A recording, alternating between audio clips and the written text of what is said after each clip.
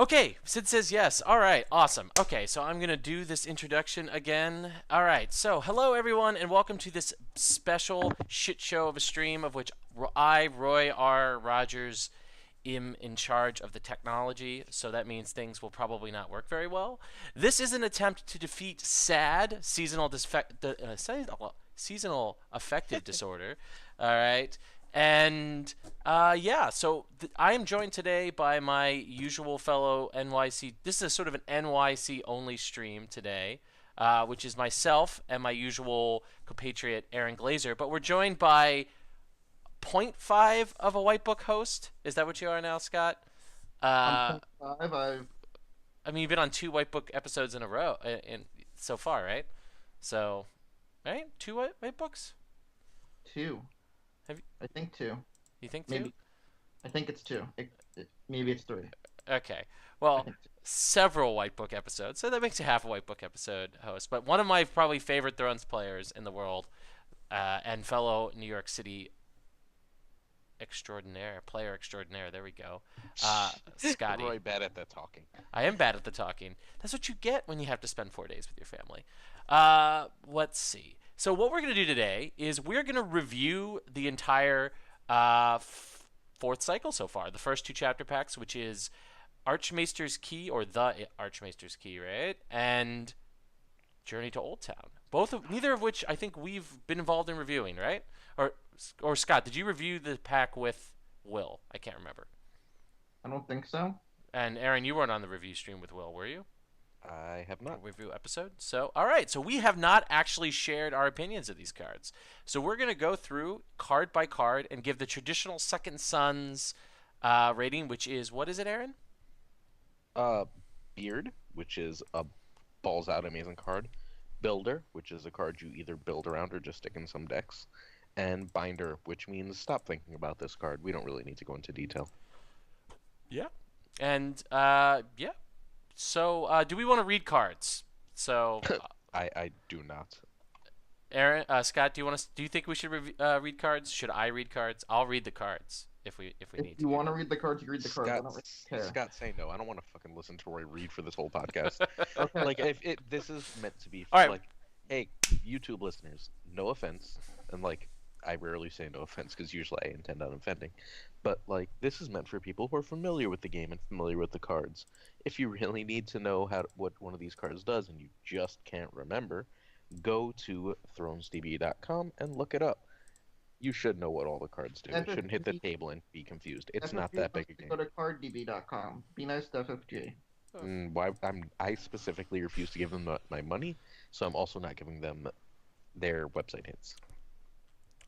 Okay. You could also listen to the White Book episode that Will and someone, I think maybe Kyle, reviewed these cards. I don't know. I haven't been on the White Book except for the Luke goodbye episode for a while, so. Did anyone listen? Did you listen to that episode? I did, because I wanted to know what was cut. And Will didn't really cut much. He actually just turned off your sound during a few key moments. You should listen to it, Aaron. It's pretty funny. I really can't bring myself to. That episode was like, knowing what was there, holy shit. He should have done more editing. Well, you got away with a lot of things that you normally wouldn't have gotten away with. You could easily be sued in Canada by a certain Alexander Hines. So I don't know who that is. Never heard the name. all right. Well, we'll start with the first card. I will at least say what the card is, which is Archmaester's Key. What do we think that this is? Wait, what? Oh, We're going to talk about cards now, Aaron. Say about it. I got distracted. I think Archmaester's Key is kind of trash. It's a fun card, but it's a binder card. It's the kind of card that if you play this as like a board game that you play with just your friends, it's a cool card. But I don't think you'll see very much competitive play. A lot of events that are good also say like Greyjoy character, save it because it's risen, and chances are you're not having a Greyjoy character on the board because it's one of 8 factions, so that makes it even more niche.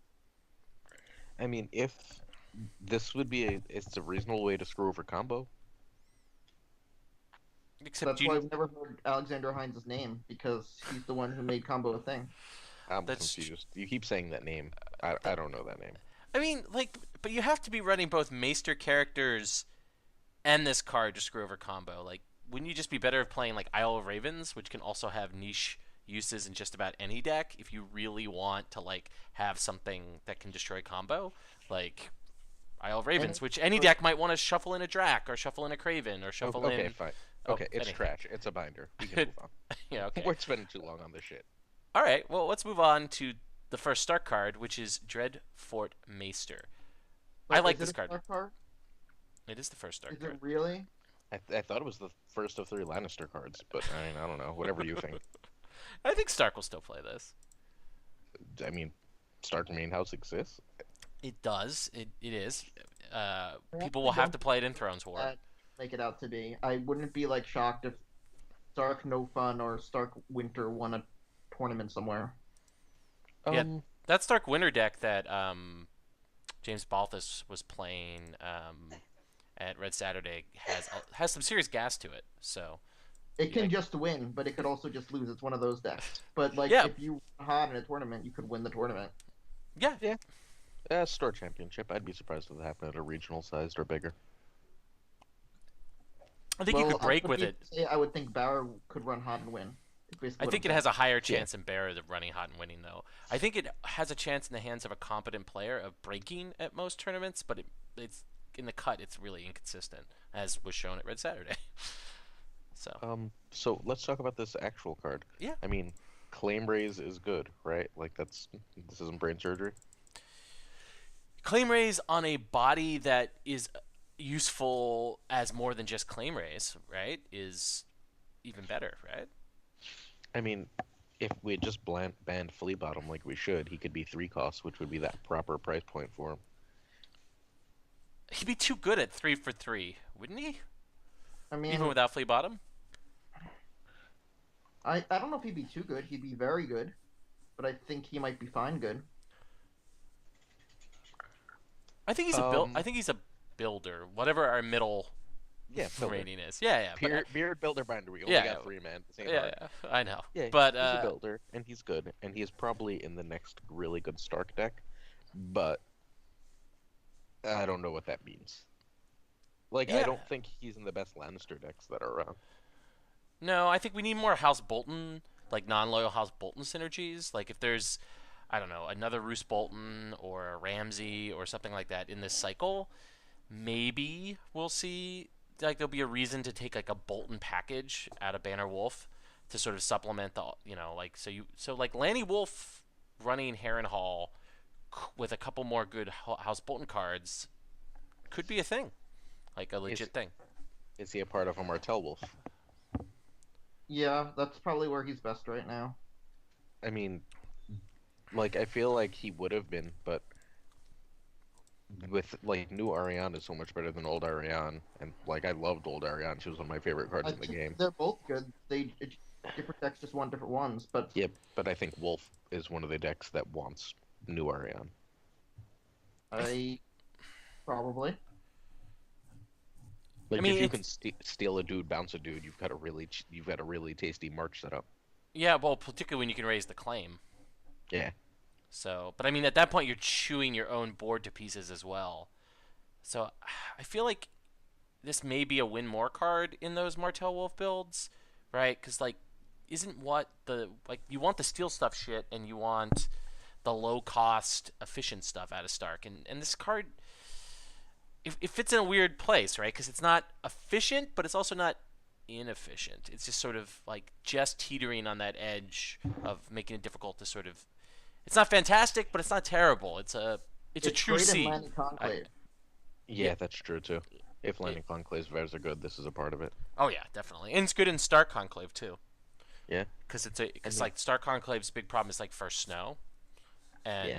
so giving a 4-drop Maester on a first snow turn is really good. So I mean, he's like, if he's 3 costs, I just like him so much more. Like, even without Flea Bottom, I just like him so much more. I just think sacking a 4-coster is a tough call unless you can cheat him into play, which is why Lannister and Martell. yeah, I mean it's definitely a Lannister card, right? And I think we all expected, I think, Lanny Harrenhal to have more gas, I guess, than it has for the last year. And this may be a card that helps push Lanny Harrenhal back into the meta. They've been Uh, Lanny it's hasn't gotten a card that really defined them and made a new thing for Lanny happen in I don't know how long.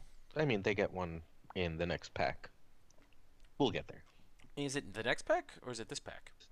It's the next pack. Okay. Well, we'll get Okay. there. Yeah.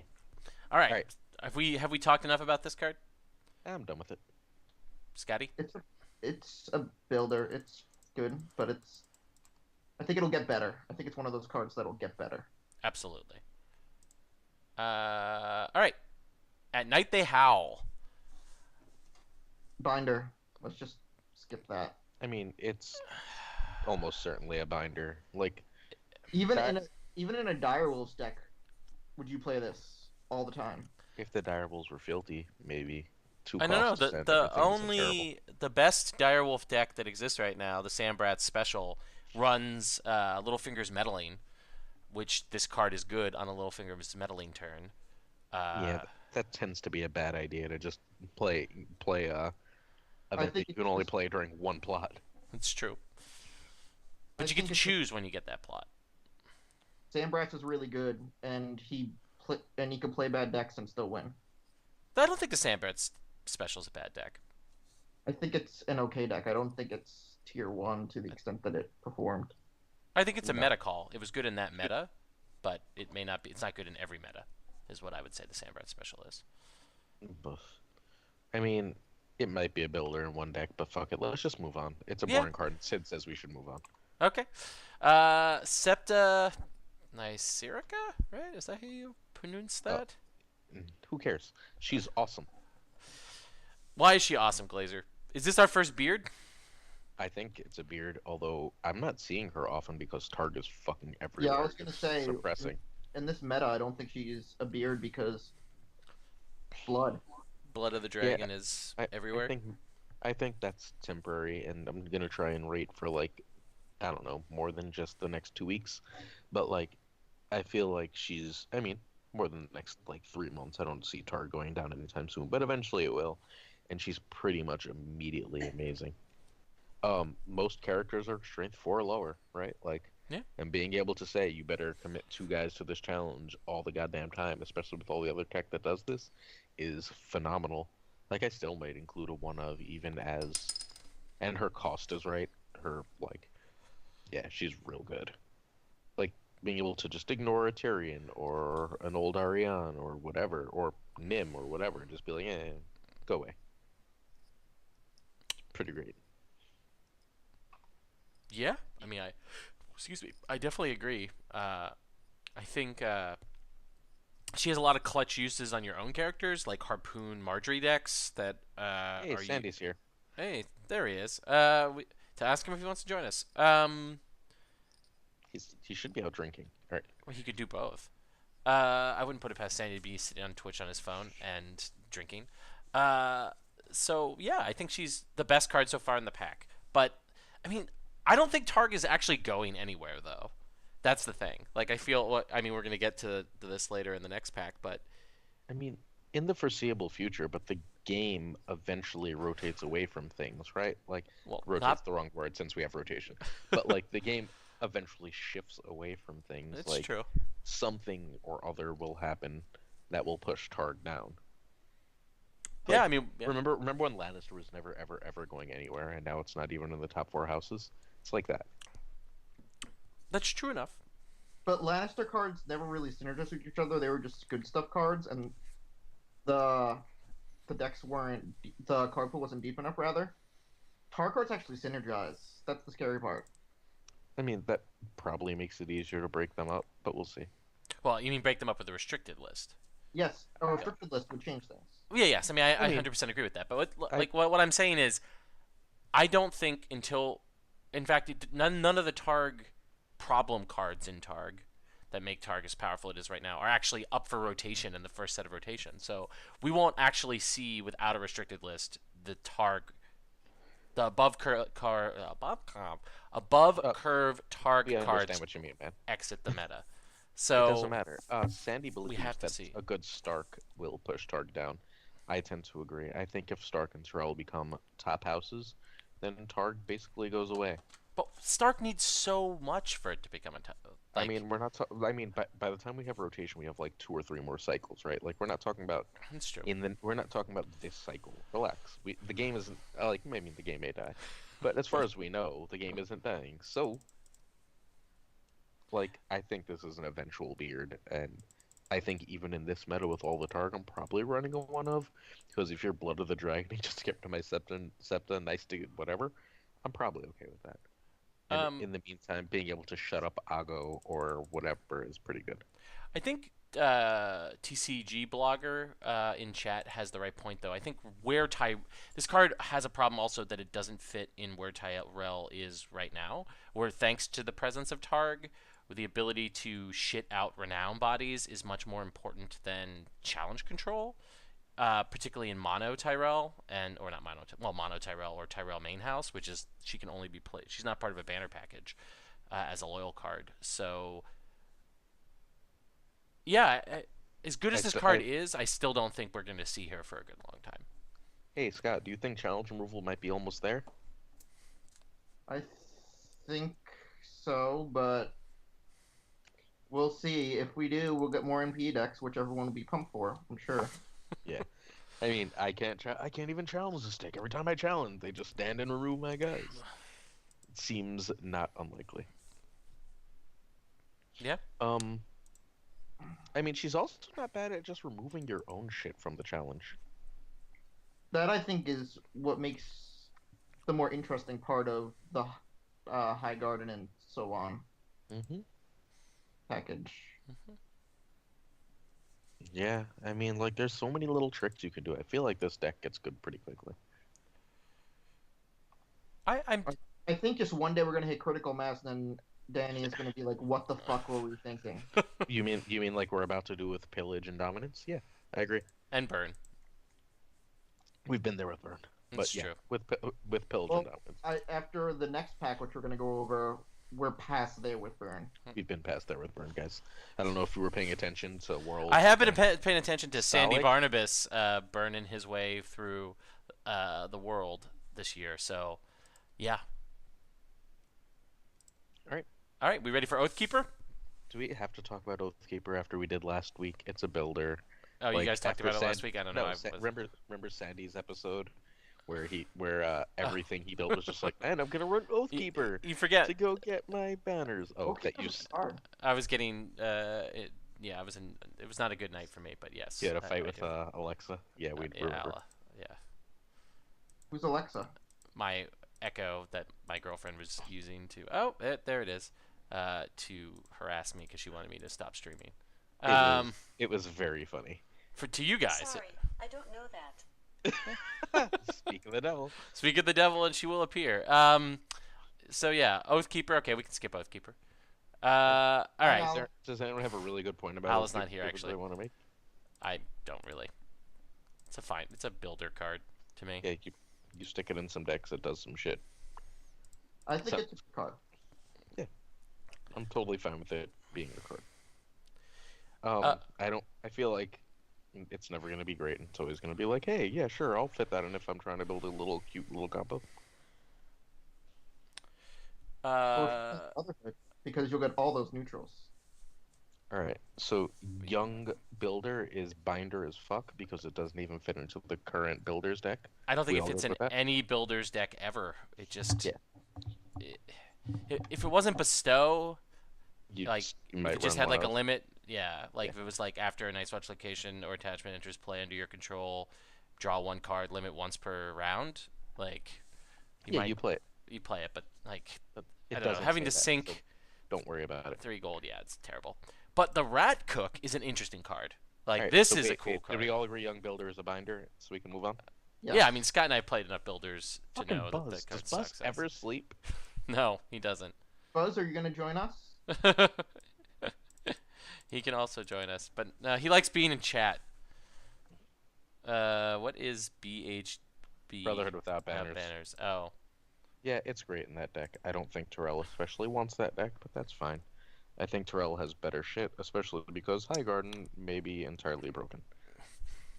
And, that's a thing. Yeah. I mean, wait till we get Dorn also. That'll be fun. Yeah. So Rat Cook is a fantastically scaling card that I don't think is quite there yet, but we need like two more playable stewards for it to be consistent. What do you think, Scott? I know you've experimented with this card. I think it's fun, but I don't think stewards have enough icons. Stewards have a lot of intrigue. They're very thoughtful, but that's pretty much all they do. They just think about how to be more intrigueful. So you don't think that they can do the builder's strategy of just running the practice blades to supplement the? No, 'cause They they don't. power icons then. There you go. Yeah, I think you're right there. It'll get there. It's not there yet. Remember when we all whined about how Builders was never going to be there, yada, yada, yada? Like, just, Builders is there, so they're either going to build Rangers or Stewards next, and then the other one. So, like, it'll get there, which makes this a beard. Just, an eventual beard. Well, that makes it a builder, doesn't it? No, I think once it's there, this is the card that makes the deck really sing. It definitely does. Certainly is. It makes the deck so much fun if you can steal their dude, then mutiny it away to kill get rid of their other dude. Yeah, or just win the game by stealing their character with a bunch of renown. Yeah, I feel like that's the main point, right? Like you're just all right. It's a huge anti-rush card, right? Like, or even just preventing your opponent from winning the game, right? And then doing the mutiny strategy it's until end of the round for being able to military whatever you want. Yeah. So. Yeah. Plus, it's a song. Yeah. Well, plus it's also non-loyal, which I think is really wonky. So who cares? Why make it loyal? No, I have to run enough stewards and something else. Well, most of the their reducer is a steward. I know. Yeah, there's a couple other weird stewards that are floating around, but a Stark Watch Rat Cook steward deck isn't. But anyway, I think Martell actually has some stewards, right? Isn't Ricasso a steward? He is. Yeah, there we go, and he's got a power icon. Just saying, but all right, whatever. Enough with that shit. Queensman. If Barra wasn't bad, this would be a great card. Yeah, I think it's pretty solid. I think it's, honestly, I think it's a beard. Like Barra Brotherhood, man. Holy shit. Barra Brotherhood is probably the best Barra deck right now. I can't imagine it's not, even with HRD.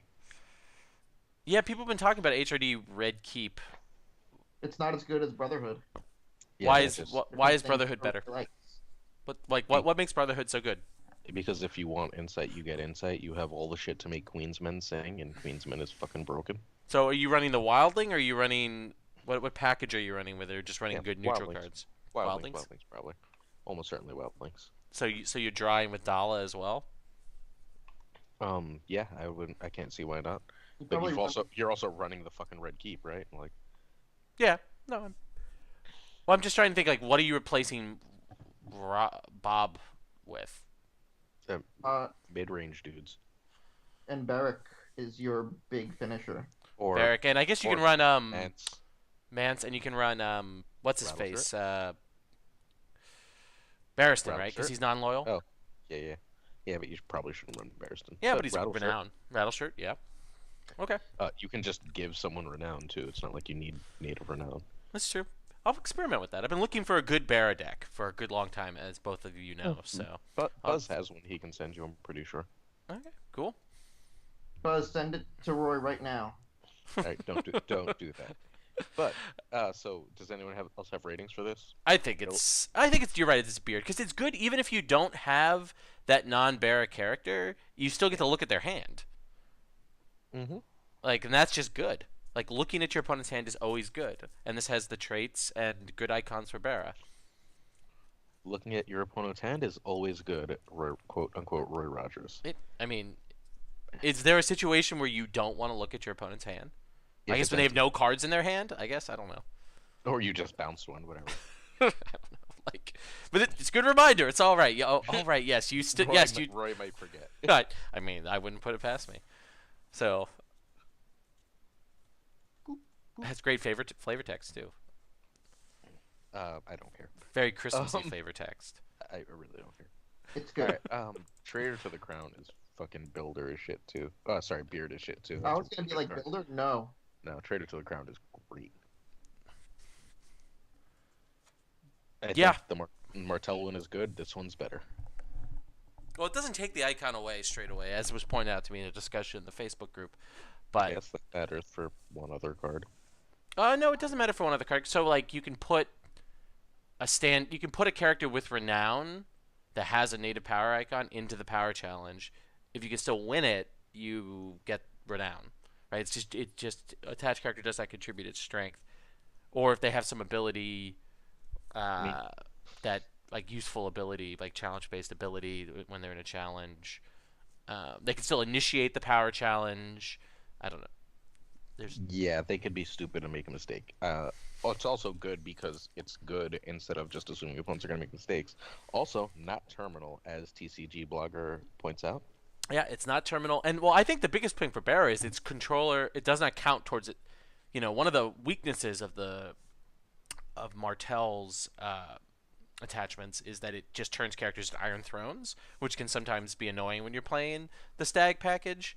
But this is better. It's just like, okay, your Tywin can't be in a power or doesn't count as strength during power challenges and doesn't count towards dominance. It's loyal, so it doesn't help the Stag package. Right. But playing Barra cards. Yeah.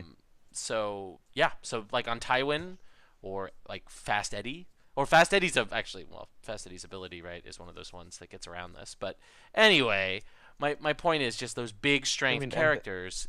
And they can still get renown and stuff, right? Like it's not just strictly as good, except I think what really puts it over the top is that it's non-terminal. So that like you can just fuck up their whole power challenge board. Pretty ridiculous. But Barra needs good cards. And it got two beards, so they got two beards, but the question is, so is this in that Barra Brotherhood deck? But they're not like... It's loyal. Oh, They're but not it's only loyal characters. That's why you can run the Red Keep. Then yes. Look, it's in every Barra deck. I don't see why I'm not running this. At least two of in every Barra deck. I really wish Barra got decent economy. Yeah, its economy card's real crap.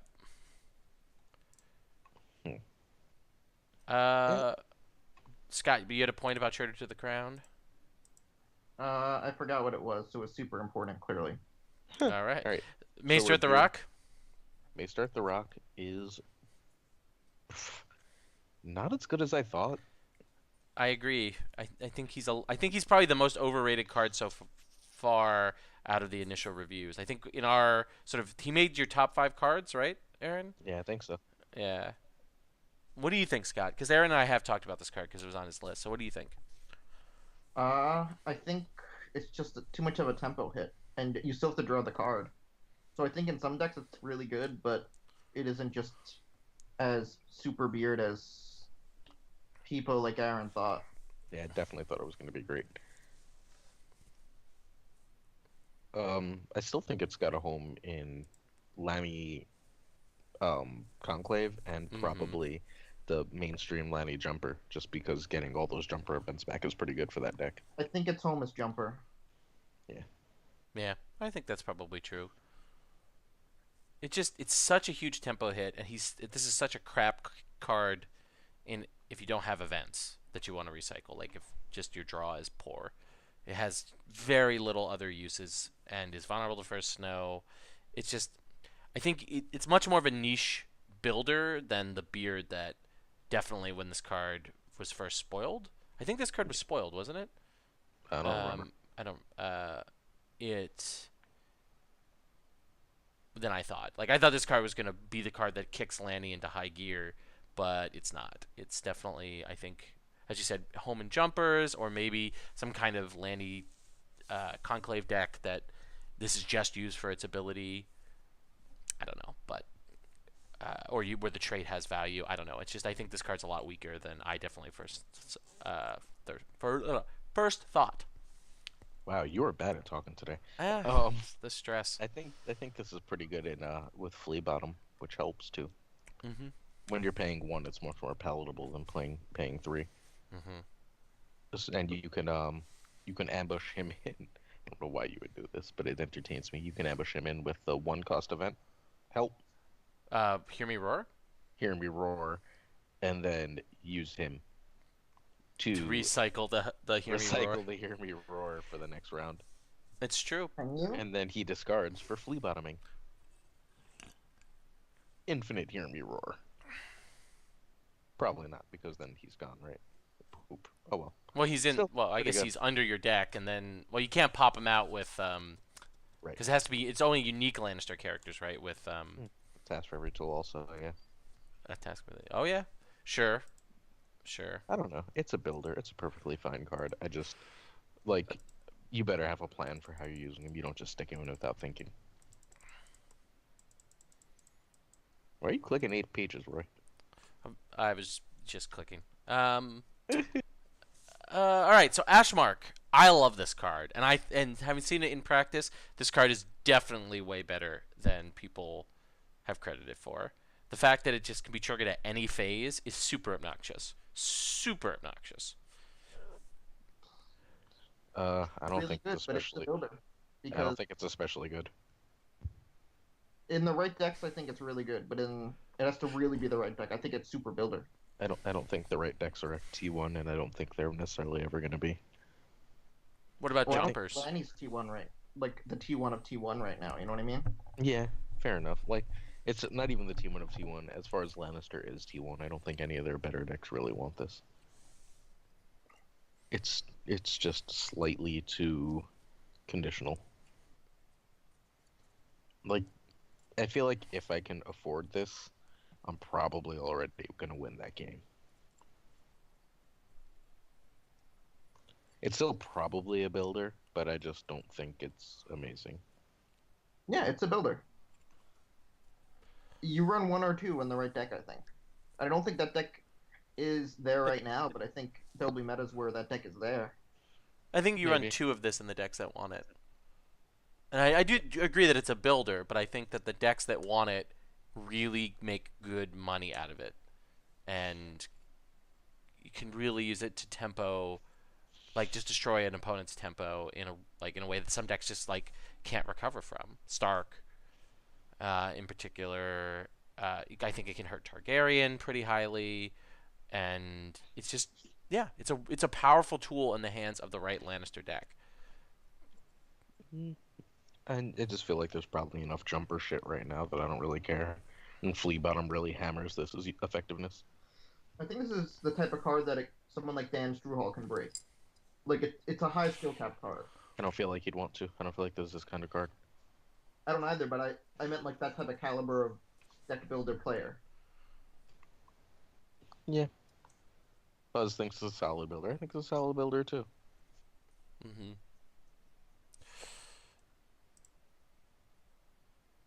Acolyte of the Waves. This card is ridiculous. Like, this is a beard. Wow, we have a bunch of names I've never seen in the chat. Wait, what's the card? Acolyte of Acolyte the of the Waves. The one The dies like- to get a power. it's a beard. real dumb. I played against James McKenna, who was playing a not very well refined version of a sort of abuse this card deck, and even though it wasn't very refined, it almost went off and beat a much better deck that I was piloting that was handed to me by Jesse Carpenter. And if he had been running stag cards instead of watch cards, he would have owned me. Like, this card is, it's what the Drowned God package need to be really abusive. You can really, really abuse this card, particularly because there's some decks that just don't have easy answers to it. When the abuse gets going, and it can get a lot of power really fast. Yeah. Hey, you know what the game was really looking for? What? Another combo deck. And passive power game is always good. Yeah. I don't like that this card exists, but it's a beard. It's a beard. It's a really, it's a really good beard. There's just so many different tricks you can do with it, and very strong. Yeah, it's.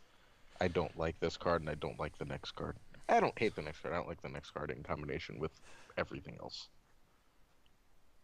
I hate the next card because it can reach critical mass really quick. Yeah. I mean, this was the thing is the Drowned God brokenness package was literally waiting for this card. It was like there. It was almost there.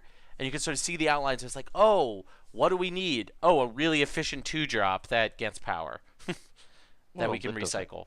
Yeah, it only sort of gets power, but yeah. Oh, sorry. I thought we were talking about the ribs. No, we're not No, talking yeah. about the. But I'm still talking about accolade ribs. It's a beard. We're just repeating ourselves The now. We ribs, can I go on. think, are going to be a bigger problem in the long run. What, ribs? Which we'll move Yeah. to the next card, Naga's ribs. So it's probably best to take the Greyjoy cards in combination because I think they go together. Like I think a deck And that's they can, but I don't think exclusively they go together. no, I think you just run Acolyte of Waves in a lot of Greyjoy decks. In a lot, but all. Not all, but Acolyte of the Waves you run in a lot of Greyjoy decks. But I think a Naga's rib deck wants Isn't. the Acolytes. Yeah, of course. 100%. Yeah. With Kingsmoot, it's just stupid. Kingsmoot, I think, is Kingsmoot is such a dumb card. I don't know. Luckily, we Like, luckily we don't I get don't to know- review that card. I don't know why we have playtesters if Kingsmoot got printed. I don't know either. They're really bad at their jobs. Yeah. It's just who prints Kingsmoot? Like, hey, you know what this game really wants? More passive power. That you don't have to really do anything. And let's give it to the faction that has the stickiest board states currently in the game. All around gross. Gross So, card. whatever. Naga's ribs is a beard. Acolyte of the Waves is a beard. Kingsmoot is a beard. We're bearding left and right. Greyjoy is once again getting very strong cards. I think Greyjoy may be the new Lannister. I think Terrell already took or that, Targ. but it's close. No, it's. I mean, I think there's 4 houses that matter right now, and only besides combo anyway. And it's Greyjoy, Targ. Targ is 1. Greyjoy, Targ, Martell, and Tyrell. Terrell. And I don't think anything else really matters. Like I'd like the other 4 houses to matter because half the game not mattering isn't great. But we are where we are. I think Night's Watch is closer than you think it is. I don't think with the sheer amount of burn in the game that Night's Watch has anything they can fucking do. Yeah, that's true enough. All right. Speaking of good Targ cards, Dario. He's pretty good. I don't know how good he is. I don't know. He's fine. But Apparently, if you write Naga, Twitch stops working until you review your comment. Twitch is weird. Twitch is a weird program. All right, where are we? Because it thinks you're using a racial abbreviated version of a racial slur. I understand. So, we're at Dario Naharis. I think he's a builder. I think I think some decks will want to 1x him. And that's basically it. I played Yeah. against someone that was running 3 of him and 3 of Grey Worm, and then never used Grey Worm's ability, and I was so confused. like why? Like, wait, you're running this whole combo, and then use whatever. So I won that game. But he is good with Grey Worm. he is quite good with Grey Worm. He's not as good as Grey Worm, though. No, Grey Worm is significantly better. He's good. He's just The native renown is really nice in Targaryen and Banner Look, Dragon. I feel like Targ doesn't really need to I mean, Targ's. ever play him. You have better 7-drops. You have You a have- better 7-drop. You There's have only. 2 better 7-drops. Oh, I guess you have Miri, right? Miri's a 7-drop. Yeah, I'd much rather have Miri in my deck in most cases than have Dario. Like, you see Miri across the board, and you're like, oh, fuck. You see Dario, you're like, I guess I won't play that right now unless I can afford to lose it. And reset the board. It's a very, I don't know. I guess there's got to be If the decks meta that has have a lot of important things allies. to steal, then I guess he's really good. I mean, but he's not even. You don't need to have things to steal. Like, he can get 2 uses out of Second Sons, right? So you can use it in the military challenge. You can use it in the intrigue challenge or the power challenge. You can, so that means this card that you paid 1 gold for, you get 2 challenges out of. That's really good and efficient. He's great in Targrains. I think he's a card that really is one of the cards that makes Targrains along with Grey Worm. Another card he's good with makes Targrains one of the go-to Targ decks right now. I think It's not one of the go-to Targ decks. Yeah, I don't think Stop Targ it.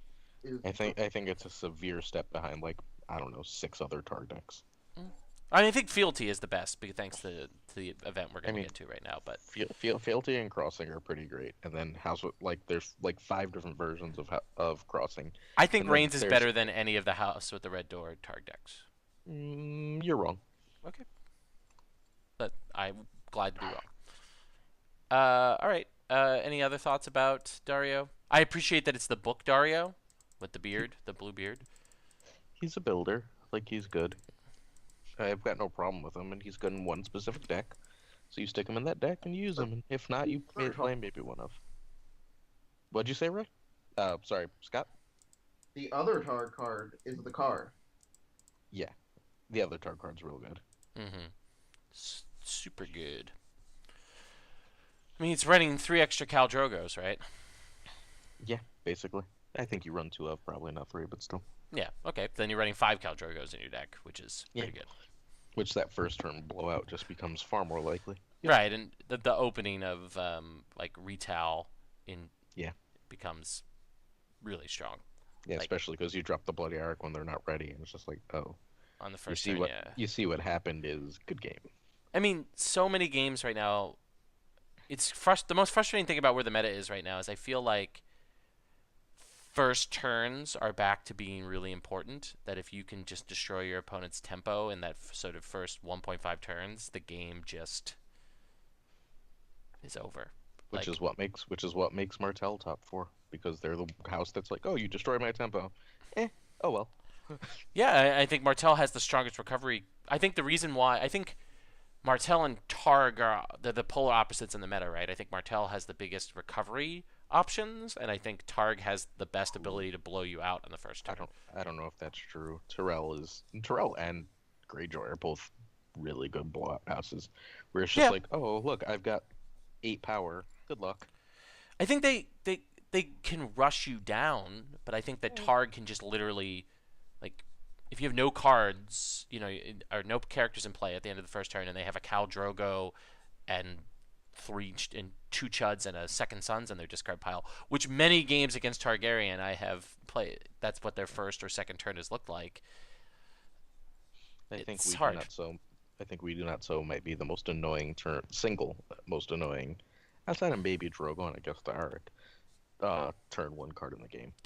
Yeah, We Do Not Sow is pretty brutal. You get a We Do Not Sow in that early economy, and it's just like, oh, you see what happened is good game. Yeah. So I think the playtesters and Danny, when they first made the game, thought, oh, locations and economy aren't really important, just characters. Guess what? You're gonna print locations that are really fucking good at one point. And then things like We Do Not Sow and Euron are gonna be way above the curve of what a card should be. Or Dagmar meta. Dagmar is a problem, but I mean, Euron variants. I don't think you run Dagmar or more than one of Dagmar after next month. I think new Asha. I think if you were gonna run Dagmar, you probably just cut him for new Asha. Really? Because I mean, Dagmar could just blow out a House with the Red Door deck. I'm aware. I think new Asha is if you are running her, if you are planning on running her, I think you are not running Dagmar over King Balon, and you're not running Dagmar over Euron. So we are now at the point where you're deciding between Asha and Dagmar. Asha is straight up better, unless HRD takes over the meta.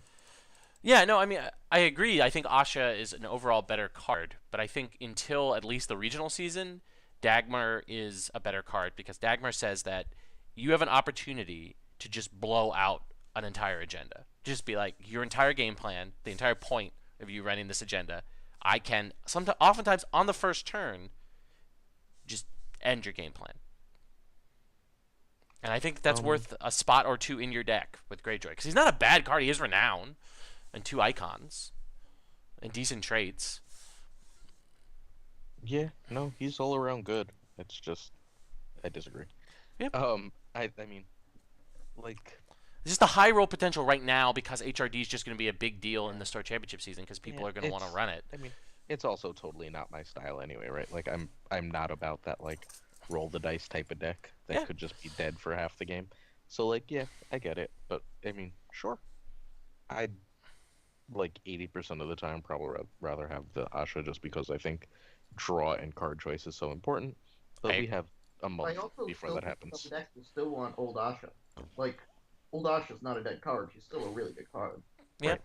She's still one of the best Greyjoy cards. Right. It's just, what are you trying to do, right? And if you're not trying to an on turn 2 or 3, that draw is so important. Yeah. Like it's basically like nearly infinite saves or all the saves you really could want, which is obnoxious. Yep. Hmm. All right, so Bloody Eric is a beard, I think. I think we all agree it's a beard, right? Yeah. It's obnoxious. Doria? Dorea. Dorea. She is ridiculous, and I love her. She's a beard and a half, and she keeps winning me games, and I love her. I'll be like, oh, it's mid game, and I just need to get rid of one more person on March. And I don't really have enough gold for. Oh wait, Dorea. Bye. Yeah, she's a pretty obnoxious flea bottom card. I mean, she's great to just marshal. You can Like, marshal her, and you can do things like marshal her, bounce somebody, march her, then flea bottom her the next turn. no, no, no, Like, you're confused. What you can do is you can marshal her, play big Ariane, and then bounce them both. that is true. That is the thing you can do. That's right. You can bounce your own characters with Big Arion, right? Yeah, With Bouncer Arion. which is the best Falador Harris trick in the game right now. It's cute. It's so much more That- than cute. It's so powerful. That It mar- actually is really good. no, Yeah. no. Cartel, and it's strong. I don't doubt it's it. It's also amazing with the spy. All right, spoilers, man. No, we'll save Arion. She's gonna get her own like moment in the sun. So let's talk specifically about Doria. Like what? I think she's also a card that scales well because we're getting the Martel box, and almost certainly new Sand Snakes are coming in that box. So I mean, right now you're running Elia, probably a one of, Nim at whatever 1 to 3 could be 1 to 3. anything, Yeah. and then some bastard daughters. So like you're probably not hitting anything more than 2 or 3 cost with her. You might be Even so, that's Well, she counts such herself, right? yeah. yes. Even so, that's such a huge tempo hit. Oh yeah, hitting a 3-cost character is great. I've used her, by the way, to hit second suns, and it is one of my favorite things to do. It It is. is just like, that is not going to be your flea bottom decision next turn. By the way, I'm not intriguing. Yeah. Oh, she's so good. She's very good. In fact, she counts herself is really powerful, right? So that means you need minimum setup to get her going. She's a beard. Yeah, I agree. Scotty, I interrupted you, I think. No, I said at minimum she's a reducer chud back to hand. That's minimum. Yeah. Yep.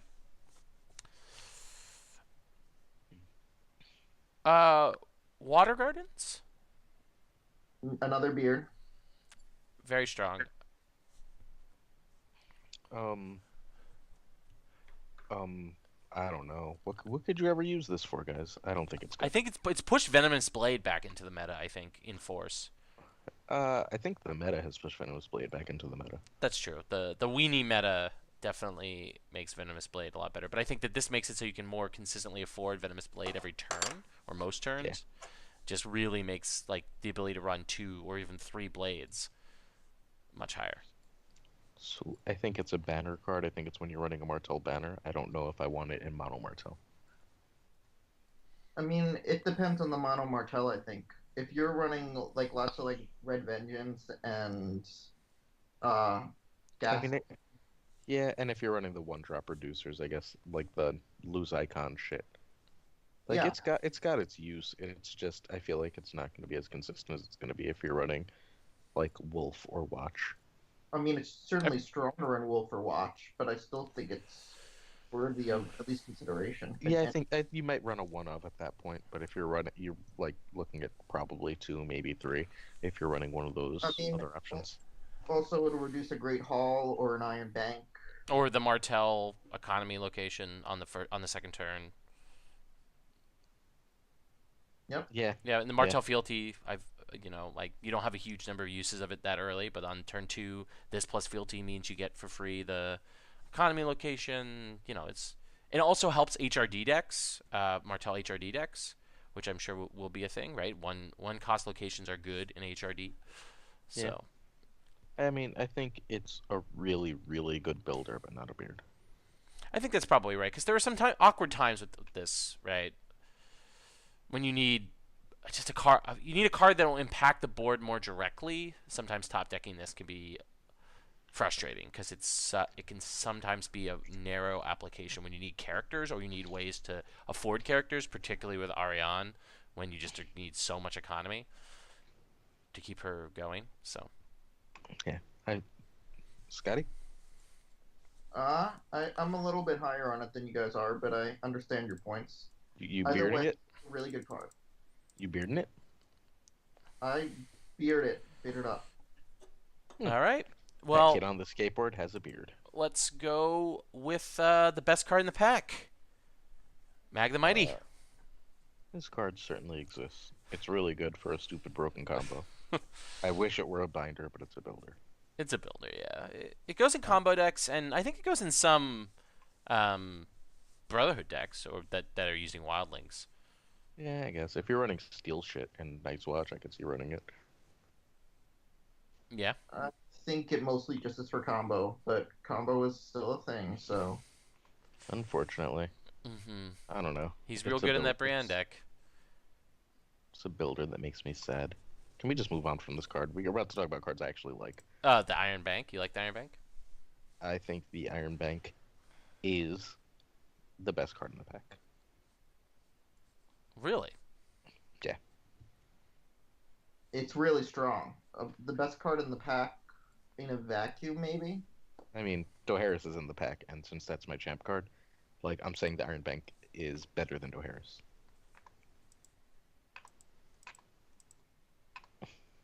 I think it's bonkers good in an awful lot of houses. Like, if you're running Barra and trying not to rush and you know your econ is trash, you should probably run this. Like, I mean- if you're running almost anything and you're concerned at all about economy, you should totally be running this. No, It's I don't basi- think it's for fast decks. I think it's for slow. It's for control. That's what he's saying. Right, that's what I said. He's saying if you're not rushing with Barra. If you're not rushing with Barrett, if you're doing anything that doesn't want to go fast and has any concerns with economy, because nothing kills a control deck like just not seeing any gold. Because like if you're playing a rush deck, you just run that extra gold into your plots, and who fucking cares? Or you're playing like mindless aggro, you run that extra like big gold plot, and then you run the extra 2 claim, and who cares? With this, you're saying, all right, I can afford to go slowly. I wish there were fewer ways to fuck with this, but I think it's a beard. I think me and you have been playing in Martel, which, as we've talked before, is the faction that can most afford to lose some tempo. This does hurt your tempo a little bit. You're putting gold early game into it, and not all decks can afford to do that, even if you're not rushing, because you want to keep rush off you. Yes. So I think in Martel it's certainly a beard. Outside of Martel, I think there are certainly decks that want it, but it has to be considered a little more thoroughly. Yeah, I think Barrow wants it. I think basically like everyone but Terrell probably wants it. Terrell and Rush don't want it, and like I think everyone else basically does. I think that this card is Like, how good is this in Stark? is a conspiracy card that FFG wanted people to buy more tokens because the amount of gold tokens you need to properly use the Iron Bank can get a little silly, particularly in Martel. And secondly, I do think that Danny just really cares about players' financial literacy. To just learn how to properly manage interest in a bank account is a really important skill. And I'm glad that Danny is using the game space of Game of Thrones to teach you about that. I don't think Danny cares. I think this card, when it's good, will just be too good. It definitely helps Martel a lot. It's interesting you say Stark. I don't know if this is a I don't good know if Stark this is- card. I think Stark, it's a huge tempo hit for them. And early tempo on. is Stark's biggest problem. I think that'll need to be tested more, but I think if you just run like a couple big gold early plots and you run 3 of these, you just go, all right, cool. It's probably one of the most frustrating cards to have newly made lorded, right? It gets nothing burns a lot, which really sucks. Yeah. That's true. Is this a card that pushes what are you doing, dog? Focus. Sorry, she was making weird noises. it's a card that definitely pushes Nothing Burns back a little bit into the meta, right? We were afraid that it was going to be everywhere, and it sort of hasn't been, but I definitely think it encourages that, particularly out of Tyrell. I don't think so. I don't think anything but Terrell can, maybe Greyjoy, can really afford to play Nothing Burns. I've been seeing it. I think it really depends on the deck, but I I mean, think Nothing Burns is certainly a builder card. Yeah. All right. So let's move on to probably the most hyped card by Second Sons and by Aaron Glazer. people What? are saying they don't like it. It's been everything I want and more. I mean, how much have people been playing Martell? That's in chat. I don't know, but oh, it corrected me to not say sea bitch. Oops. Um, Yeah, Seabitch really sucks with Iron Bank too. Oh yeah. yeah, sea bitch absolutely sucks. I'm seeing less and less of it. B, okay, like now you're not sea bitching my Gaston. Like Greyjoy is gonna be annoying for Martell anyway, right? Like I don't think that's what's causing the matchup to be hard. Well, I want to give credit to Squall Griever Yeah, Lionheart for having an awesome name. By really? the way, I'm a big Final Fantasy VIII fan. I may be the only Final Uh, Fantasy VIII fan in the world. So, I love that card game. Triple Triad. C-Bitch is bitching, as Buzz says. All right, so Valido Harris, its impact on the meta. Go. Has it I, lived up to the hype? I think between Doharis and Burn that dupes have taken a hit, not as big a hit as they should, but they've taken a hit. And I think that like when I know I can play it and I'm building toward playing it, I like what you're doing is you're getting rid of Chud, right? Like you're focused on getting rid of Chud, so they have a really small board after. It's keeping boards small, which is changing the game. Unfortunately, that makes Targ much better, but it also pushes up Martell and Terrell. And I don't think either one of those things are necessarily bad. I mean, Terrell can do either one, but I think Terrell is more effective with a smaller board. It also checks certain degenerate deck types, which I think is really good. Like, I don't think it's a coincidence that Lannister has plummeted. I don't think it's a coincidence that like we're seeing less Greyjoy Reigns, although it's still good. It's just harder to reliably play. The whole Night's Watch family. Reigns, yeah, the whole Tyrell monsters of everybody is a giant pain in the ass. Chucking all that, like, it means you have to get rid of one big duped guy more often than not. And sometimes they just draw into another big guy, and you're like, but like, okay, so be it, right? Like, such is the game. I don't think there's a problem with O'Harris. I think like, hey, inherent variance kind of sucks sometimes. That's fine. At least you have 4 gold and 5 initiatives, so you can still try and control the board. I am very satisfied with it. I think it's very good. I think it does what we wanted Duel to do, and a bit more. What we wanted what to do? Duel. Oh, what? I don't know that card. Not familiar. Unfortunately, it Card doesn't. design by Jonathan Andrews. Anyway, Duel did not live up to what we wanted to do, but this does do the job. Unfortunately, you're right that dupes are still a huge variance problem, but they're not as bad as they were. The game is finally getting to a better place.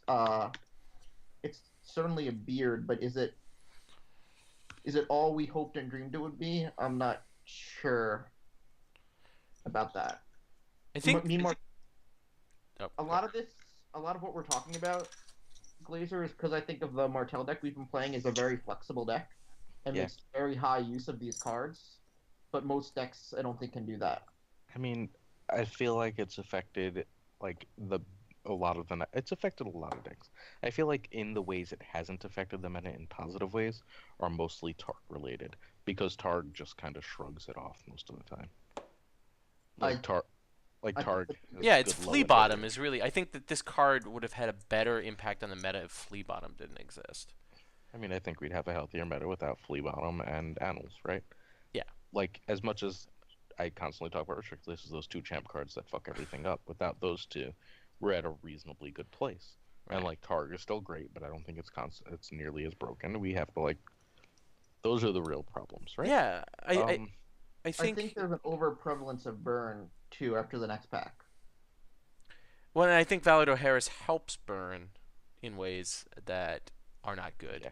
I think I mean, Targ is the card that is somewhat distorting the impact of Valador Harris because Targ has so much action economy. The fact that you can, like, in a game night kit game where I got the Targ player down to one card in their hand, they still had massive action economy because of Flea Bottom, because of just discarding that one card that they had in their hand for Plaza. Just having like a couple of characters in play and a decent card in your discard pile, which is not difficult for Targ to do, means that Targ has things it can do that no other faction, when they run out of cards, is capable of doing. And the fact that a lot of those tricks get around Valardo Harris is a problem for the card. But I do think if without this card, decks like Lannister Reigns, Tyrell Reigns, and Greyjoy Reigns would be running over the meta much more than they are. So right now, and I think if you could just play a big guy Tyrell deck, which I've been doing for a little while, and you can definitely it slows that deck down. It requires smart play. It requires big guy players to be smarter. Okay, Sid says yes. All right, awesome. Okay, so I'm going to do this introduction again. All right, so hello everyone, and welcome to this special shit show of a stream of which I, Roy R. Rogers, am in charge of the technology, so that means things will probably not work very well. This is an attempt to defeat SAD, seasonal affective disorder. All right. And yeah, so I am joined today by my usual fellow NYC. This is a sort of an NYC only stream today, which is myself and my usual compatriot Aaron Glazer. But we're joined by 0.5 of a White Book host. Is that what you are now, Scott? I'm 0.5. I mean, you've been on 2 White Book episodes in a row, in so far, right? So, right, 2 White Books. 2. I think 2. You think 2? Maybe. I think it's 2. Maybe it's 3. Okay. Well, several White Book episodes, so that makes you half a White Book episode host. But one of my probably favorite Thrones players in the world, and fellow New York City player extraordinaire. There we go. Scotty. Roy, bad at that talking. I am bad at the talking. That's what you get when you have to spend 4 days with your family. Let's see. So what we're going to do today is we're going to review the entire 4th cycle so far. The first 2 chapter packs, which is Archmaester's Key, or the Archmaester's Key, right? And Journey to Old Town. Neither of which I think we've been involved in reviewing, right? Or Scott, did you review the pack with Will? I can't remember. I don't think so. And Aaron, you weren't on the review stream with Will, were you? I have not. Review episode. So, all right. So we have not actually shared our opinions of these cards. So we're going to go through card by card and give the traditional Second Sons rating, which is, what is it, Aaron? Beard, which is a balls out amazing card. Builder, which is a card you either build around or just stick in some decks. And Binder, which means stop thinking about this card. We don't really need to go into detail. Yeah. And, yeah. So, do we want to read cards? So, I do not. Aaron, Scott, do you think we should read cards? Should I read cards? I'll read the cards if we need to. If you want to read the cards, you read the cards. I don't really care. Scott, say no. I don't want to fucking listen to Roy read for this whole podcast. Okay. Like, this is meant to be All right. like, hey, YouTube listeners, no offense, and like, I rarely say no offense because usually I intend on offending. But, like, this is meant for people who are familiar with the game and familiar with the cards. If you really need to know what one of these cards does and you just can't remember, go to thronesdb.com and look it up. You should know what all the cards do. You shouldn't hit the table and be confused. It's not that big a game. Go to carddb.com. Be nice to FFG. I specifically refuse to give them my money, so I'm also not giving them their website hits. Okay. You could also listen to the White Book episode that Will and someone, I think maybe Kyle, reviewed these cards. I don't know. I haven't been on the White Book except for the Luke goodbye episode for a while. So did anyone listen? Did you listen to that episode? I did, because I wanted to know what was cut. And Will didn't really cut much. He actually just turned off your sound during a few key moments. You should listen to it, Aaron. It's pretty funny. I really can't bring myself to. That episode was like, knowing what was there. Holy shit! He should have done more editing. Well, you got away with a lot of things that you normally wouldn't have gotten away with. You could easily be sued in Canada by a certain Alexander Hines. So I don't know who that is. Never heard the name. All right.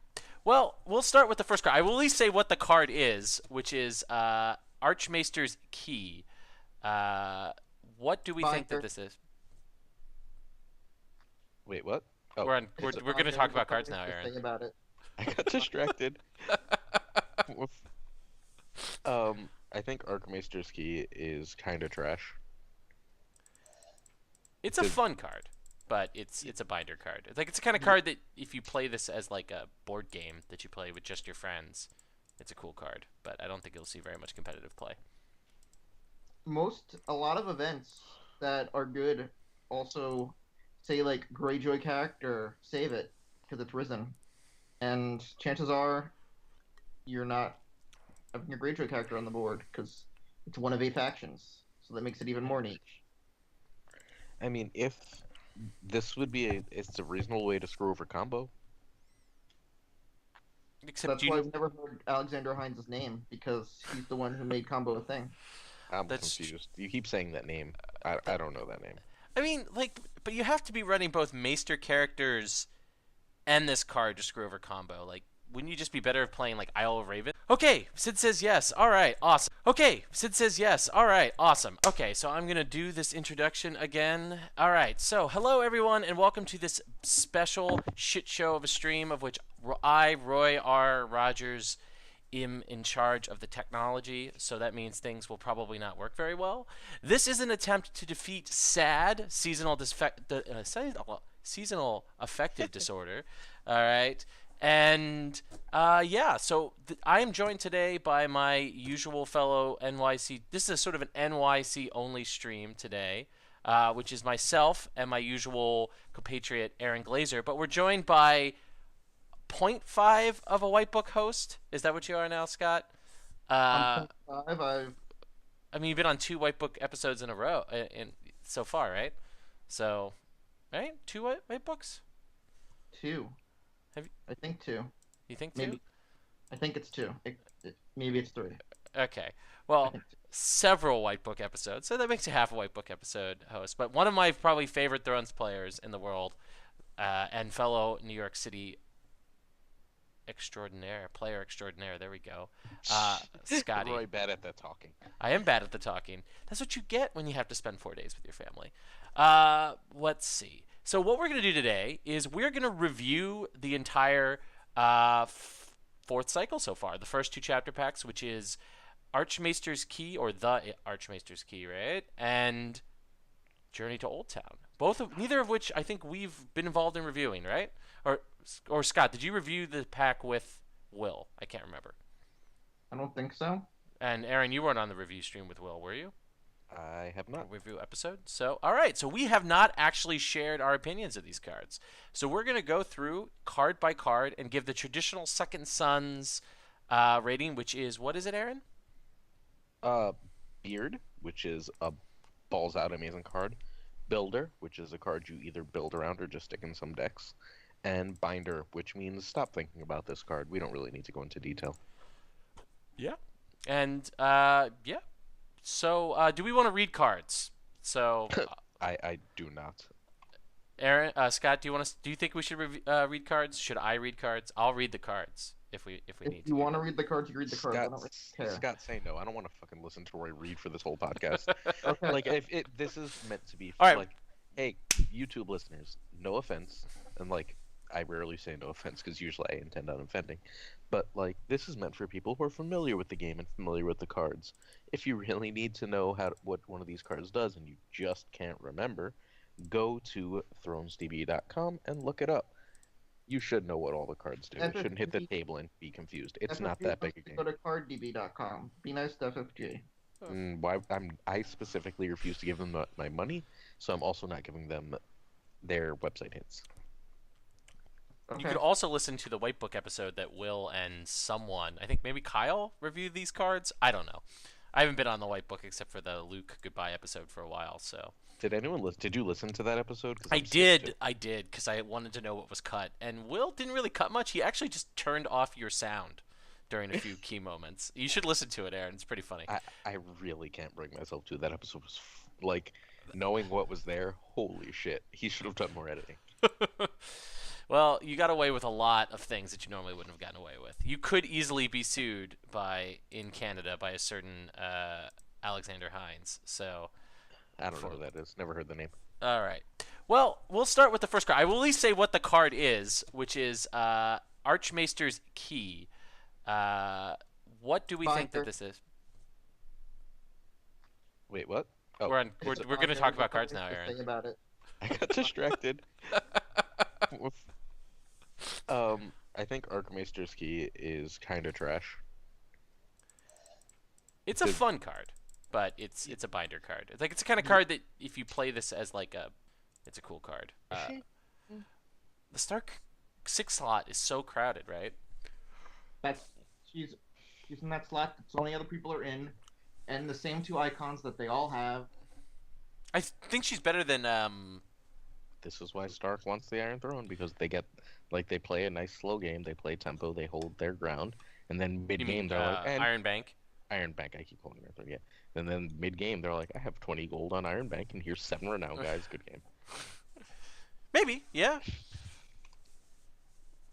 I don't know if Stark can survive pressure from other decks that long enough to do that strategy, but maybe. I mean, I think it can. It just has to play a mix of the renowned dudes and the denial stuff. If it plays more cards like the second star card in here, then possibly. Yeah, exactly. You run shit like this, and you're just like, all right, gonna keep the boards and you even still have the blowout potential turn 1 or 2. Because you still have whatchamacallit, and then whatchamacallit. You know, those 2 cards. Both those things. The one from last pack, the Dreadfort Maester, and you have Winter is coming. So you can still get the turn 1 or 2 blowout, just go straight home and win. Or you can stall out a little bit, end up winning in mid game when you just drop a million. All right, renowns. Glazer. How about this? If we have the time at the end of this review, let's build this deck. We can't, because we have to build tomorrow. Oh, hey, do we ever say when Second Sense is going to be? Buzz put it in the upper right-hand corner of the stream thing he designed. But Okay, yes, cool. it's So- tomorrow. The first of Yeah. 2 episodes, back-to-back, week to week, the holiday week. So tomorrow at the usual time on Thursday, we will be having the East Coast version of Second Sons. And then We will have a SoCal person, we'll have one SoCal person, Johnny Wright. and then one Midwest person. Yeah, Midwest is kind of East Coast in this situation. That's definitely not true, but okay. It's more East Coast than Johnny is, or Chris. Yeah. You're terrible. All right, move on. Anyway, but it will be the east of the Mississippi coast, cast rather, and then we'll be doing a West Coast version the following week after the Thrones War draft, or right before the Thrones War draft. Whatever. Around the Thrones War draft. Around the Move on. Thrones War draft, and which will be all SoCal all the time. So we have 2 back-to-back episodes for Second Sons for you. We're just doing this review stream because I wanted to do something fun because my girlfriend's out of town and I had a really shitty holiday. So this is sort of my way of enjoying myself, which shows you how interesting my life is. But yeah, so That's right, folks. Roy doesn't just masturbate and go to bed. He Nope. podcasts. I podcast. It makes me feel better about myself. Sometimes. Depends on what mood Aaron's in. He's in a good mood today because he knows how bad of a time I had. Yeah, I'm specifically being nice. Pointedly being nice. Pointedly being nice. So he's saving it all for tomorrow. Let's move on from Mage. And Wait, do we rate it? Because I think she's a builder. I think she's. I think she's a really good builder, but card advantage is good. I think she's a builder too, but I'm not as high on the builder side as you are.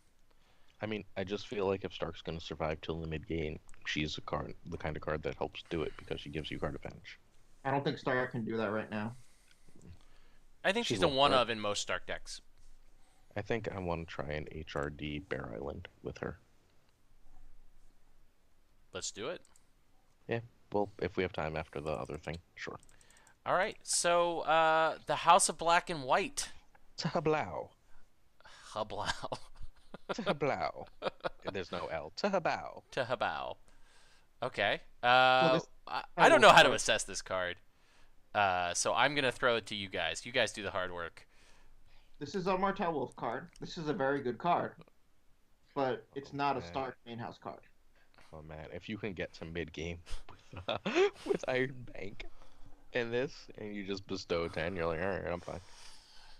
Well, the thing is, you keep putting gold on this, and in something like Martel Wolf, your Dornish fiefdoms and stuff, you just keep putting money on that, and then you keep putting Ariane out and bouncing whatever they have on their board, and then killing it. And you can kill one thing a turn pretty simply. Yeah, you got to get to that mid game, but that shouldn't be a problem. Jesus. I mean, you can do the same thing in Stark, to be honest. You're just not quite as effective at it.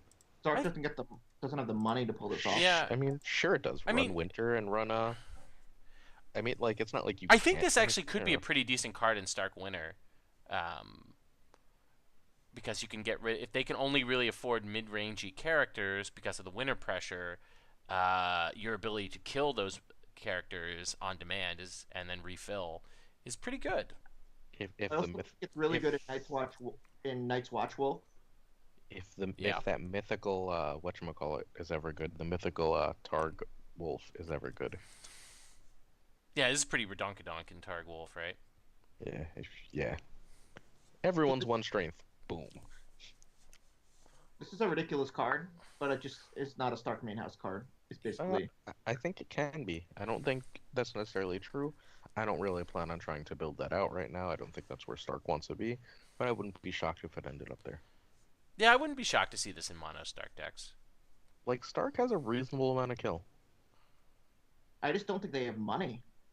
Yeah, I mean, But not you don't yet. need to you don't need to go the greed with this, right? If you can just hit a three, a 3-drop, and then that sets up your marched, that sets up your next turn Dreadfort Maester, or if you Dreadfort Maester the military challenge and then killed their man. one remaining Chud. There's like lots of things that, or Winter is Coming, right? It synergizes really well with Winter is Coming.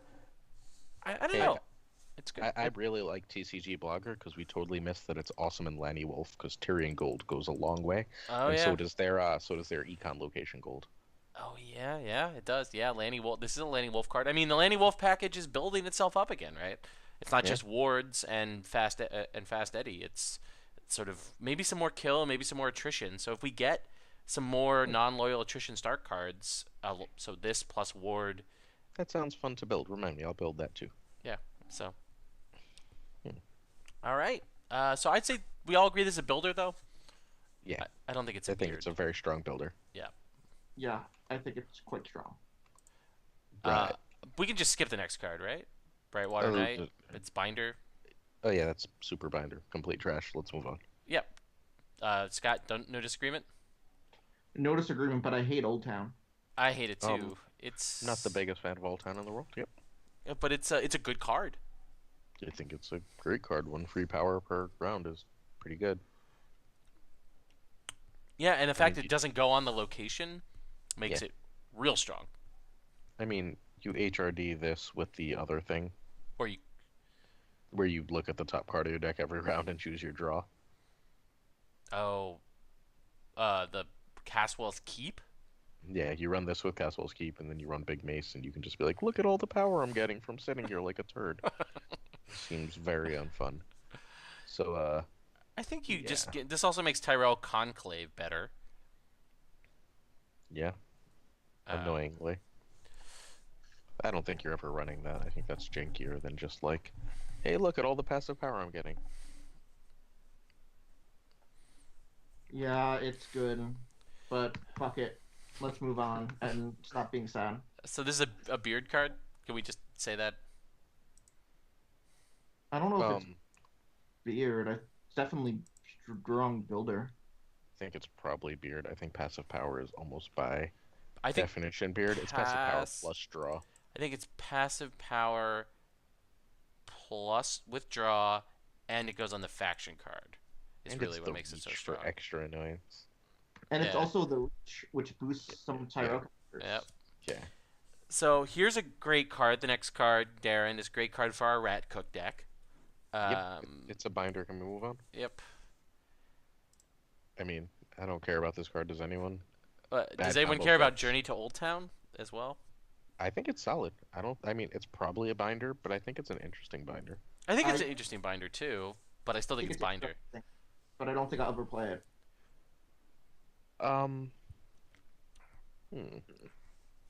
I think it's a really well done thematic card. Like Yeah. I think it captures Sam's journey in the fourth book really well. If only it was called Fat Pink Mask, which may Mast rather, which may be my champion card if I was to ever win Worlds. Oh right, green sight. Yeah, that's stupid with green sight. Oh, the one that when your characters knelt, you Old Town. Yeah. yeah. Ugh. All right, whatever. Journey to Old Town. I think this is interesting, but yeah, it's It's cute binder. yeah. I mean, I don't know. Does Night's Watch even have come into play effects? Come in the Like, play not- effects not- that you want to go not part- off in the plot phase. Of course, it can be a banner watch card, which is Yeah. probably where it will. Like, there could be some combo. I mean, even then, I don't. What come into play do I want? And I mean, I guess the Terrell one, the Knight, that discard shit. Yeah, Probably not running it for that combo, but yeah. I don't know. No, this is trash. Let's just move on. Barrow Binder. got 2 beards, bro. Yeah, I mean, Devin is really good. Devin's a really, really, really good Greyjoy card. Yeah. Yeah, he's a good Greyjoy card. I'm a little sad that the X can't be 0. He'd be broken if the X couldn't be 0. But putting Rose Roads into play for winning dominance is pretty good, right? He's still really good. Yeah, he's Oh, still yeah. excellent. You're Oh, probably getting you're getting Red I Keep guess in it's the not Great limited Hall, right? location, so Depending on what you need. Oh, it is not limited. Then you're getting You Hey. get an Iron Throne or a Red Keep. you get or Iron Bank. or Same where- Iron Mines. Or yeah, there's lots of shit you can get, or Naga's or whatever bullshit you want, really. Yeah, he's good. Like it's not a bad card. He's beard. He's really good. He's You goes in put- that Greyjoy Stag deck, that degenerate Greyjoy Yeah, Stag he's- deck that's He's a, coming. he's a great card. I mean, Alright. even in Mono Barra or whatever you do, like you're gonna put a 1 of him. I'm not gonna build a Barra deck with not a 1 of him. I mean, yeah, he's definitely going in every Barra or Banner Stag deck. Like Martell Stag loves. Like I don't know what deck you're not running him in. He's just really good. Even if he doesn't go off, your opponent has to put so much more into winning Dom just because he's there. Right, the ability to get Water Gardens. Yeah. From this. I mean, to get Gaston, to Gaston, get yeah. every fucking card in. Well, I think you're seldom gonna go bestow 3, right? Unless you're like that's like win more, right? Unless you're looking for Red Keep, right? Yeah, right. It's Red Keep. Right, but that's still a 5 gold investment, I mean- right? In I a mean, character you- that's gonna you be could also hard to just- survive to the. Right. You just banner 1 in Flea Bottom. Like. Yeah, it's no, not I mean I hard, agree. dude. Like Yeah. pulling Flea Bottom for like I think it's the one cost locations that like Flea Bottom that make him ridiculous. He's phenomenal. He's a beard and a half. He's like a buzz beard. Ooh, or is he a Yakub beard? Not quite that good. Okay, not quite that good. So Buzz. Okay. Stannis' Wrath. And you can search him with Street of Silk. I'm not doing that, Buzz. That's a bad decision. Stannis, you like Stannis' Wrath, right? I think it's kind of trash. I like I- it. The beard. I think it's very strong. Because it doesn't require anything but the 1 gold, and there's tons of characters without power icons. And then if you Yeah. really build your deck, like you throw in the Sun package. Yeah, I mean, you're not building. I don't think it's good enough to build. I mean, it's a builder. I just don't think it's great. I think it's very strong. I mean, like kneeling Jon Snow, right? Kneeling a Nymeria, kneeling Jamie, Jamie, Ario, Dario. Dario.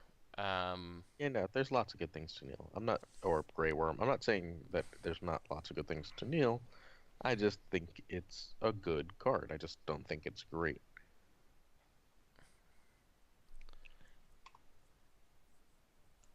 Yeah, it's an amazing Martell card. I just don't think it's. It is an amazing Martell card. It's also pretty a good builder. against Martell, because Martell has some pretty good like intrigue only or military intrigue characters. Like what's his face, Bastard. Bastard. Yeah. Hmm. Yeah, no, I think it's a good builder. I don't know what there is to say about it. It's a simple, efficient little card. I just don't think it's amazing. It's good. And, like, it'll win you a game here and there when you're just like, But, like, hey, mostly what you want to do is control power challenges and Baron, not military and intrigue. And it totally doesn't do that, so that's not ideal. Yeah, I would agree there, but I think it's a strong card that you'll 8 times out of 10 be slotting at least a 1x into a deck where you have a stack. Yeah. Yeah. I mean, like, I don't know if you can. Like, I feel like you're gonna want to fit it, but I don't know if you can. Like, are you putting this in over Nightmares? Because I'm not. Like, it's not going in over the 2-cost event, right? That deals literally anything. I don't know what it goes in above. Like, I'd probably rather run support than a Nabara deck. I think I you're mean, playing it's a Barris Sun. decent. I think you'd rather run this. Yeah, I don't think Barrison's a real deck. So, like, we're only gonna talk about real decks. Martel Stag would want it, but, like, I don't know if it could afford it, right? Like, that deck is already super tight. Like, I don't know where it goes.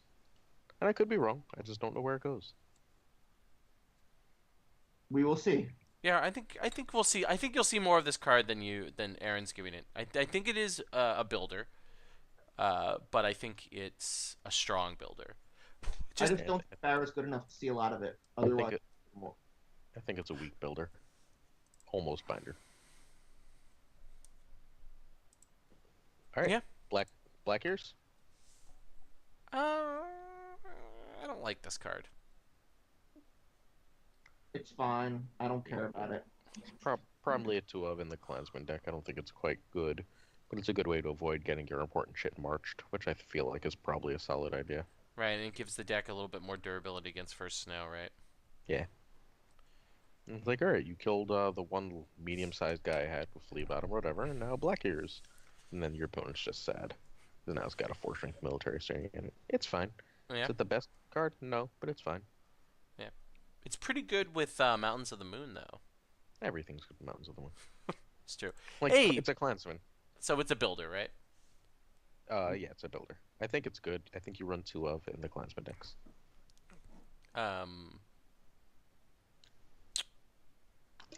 Kingslayer is terrible. Binder. It is like the most binder card ever, right? If you get a sideboard, you might put a 1x in your sideboard. But where are you going to get enough Kingsguard characters to make this consistent? Like, that's what I really want to know. Like, there's not that many in the game right now. Well, Like, you're we have clearly one missing Jamie. We have a shitty Jamie that like no one is going to play ever. Yeah. There's Barristan. Look, it's super trash. Like, it's super trash. Right. So can we just build her and move on? I don't Because the think we person really... can also sorry, save. binder. Like, they Yeah, can that's fine. save versus the kill. And it's once per game. So Well, but it and kneels resets the- anytime. It kneels the character. It doesn't kneel itself. It's just, can we just fucking move on? Like, I don't need to talk about this card. All right, Triss. I think Triss is a. Trish is a beard. Yeah, Triss is a beard. Triss is fucking phenomenal. Well, I mean, he's a fucking beard because he has Evan's sweet beard. Yeah. But He's a beard because he says Flea Bottom can kiss his ass. And like, Yeah. as long as Flea Bottom is in the game, because we refuse to ban a champ card, I guess. I don't know. I'm not quite sure why it exists. But like, as long as Flea Bottom's in the game, Triss is a beard because he wrecks Flea Bottom. Also, just a solid body. he is real good with the new Asha, as well. Yeah. Which is I think thematic, as Yeah. Asha's not boyfriend. So I just think he's really good. Like, pillage is a thing in Greyjoy, and you might. Hey, can we go back to Kingslayer for a minute? The card we Sure. didn't want to talk about. Yeah, I mean, no, I want to invent a new rating for it. Its rating is proxy. Because it's only like, you don't even want it in the binder, you just use it for proxies. yeah, true enough. All right, proxy. We'll create a 4th rating. Proxy cards that are just so bad they'll never see any play. Okay, back to a good card though. Wow, Triss is a beard. He's so good. Yeah, he's good anti-combo, right? I mean, he's like someone in the chat, I have to switch right. TC Blogger again. Said he goes really well with the new Asha, where like you pillage something and then you're just like, all right, well that's not in the game anymore, and Yeah. you can't play it again.